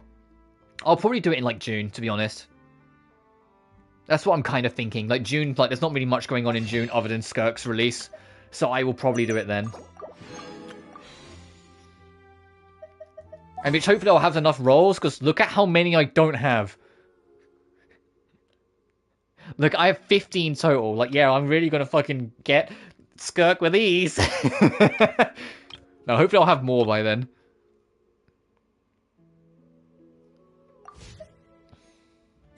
But yeah, that's my big hopium copium. Is Bloodborne, like, my biggest one is Tomb Raider Next and Bloodborne anything. Like, legit, they could just be like, hey, Bloodborne, and be like, okay, that's it. And I'll be like, okay, fuck it, it counts. They at least mentioned it. But next time we meet, just to wrap up this stream, we will be exploring the Natlan Volcano, which means you guys are gonna get to see, because they should be fully built by then, my Natlan team that I'm going to be using for every Natlan-based stream moving forward. You already saw it because I swapped to that team earlier, but it's this team. It's Mualani, Kashina, Sitlali, and Muika. This is the team I will be using for all my Natlan streams. Not only to just spice it up and use different party members for a while. The water to the rest. Let me go back up there. I think I know what you mean. You mean as in like how this is darker compared to this, which is a lot lighter? That could be that, but it could also just be showing the height difference. Because if I go back there quickly, like the coloration could be the height difference. Fontaine water, the rest of the water. Do you see what I'm getting at? You might be onto something, but can you also see like why I think it might just be like demonstrating the height difference because this is higher? In the same vein, this is lighter but not as dark because this is still higher. Like if I go off we go. Up here, there, you can see it. There's still a waterfall there where like it goes from this. Like it's I thought, yeah. And how like this color slowly gets darker and darker as it goes down. So by the time it's down here, it's the same color as this because of the stream. And it's the same color as like the whole Enos. You know, they could put literally anything in this giant water and I wouldn't mind. I get why this is here. I completely understand why this is here. It's to demonstrate like how far away it actually is. But it'd be nice if they put literally anything there. But yeah, next time we return in 6 weeks' time, it will be to explore the Natlan Volcano. And this is the team I'll be using. So the reason why I say like they're not 100% done yet is entirely to do with talents. We see, like, Mawika's off a little bit, Kashina's finished, Sitlali's finished, and Mawika I physically can't because she requires the current weekly boss, and I haven't had enough rounds of fighting him. I still need to wait 3 more weeks before I can get it. But I also need to just grind up more Philosophies of Contention, to be fair.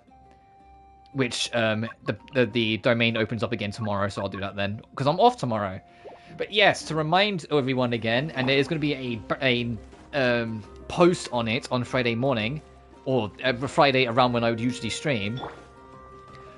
Tomb Raider 4 through 6 does not release until 3 PM Greenwich Mean Time, which is 0 on the UTC.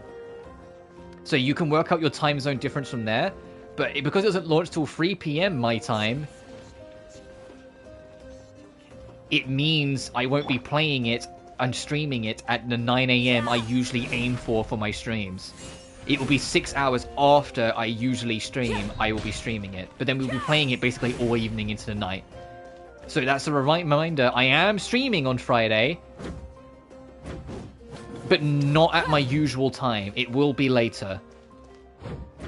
However, there is a video that will be uploaded tomorrow, and depending on my Evelyn rolls, there might be another video at least on Friday morning to kind of like buy you guys over. Oh, well, I won't be on too much. That's fine. Starting like Saturday, obviously it'll be back to normal. It's just for Friday. I want to play it the day it comes out. I'm not waiting till Saturday to play it. I'm way too excited to play this fucking game. I'm not waiting, you know?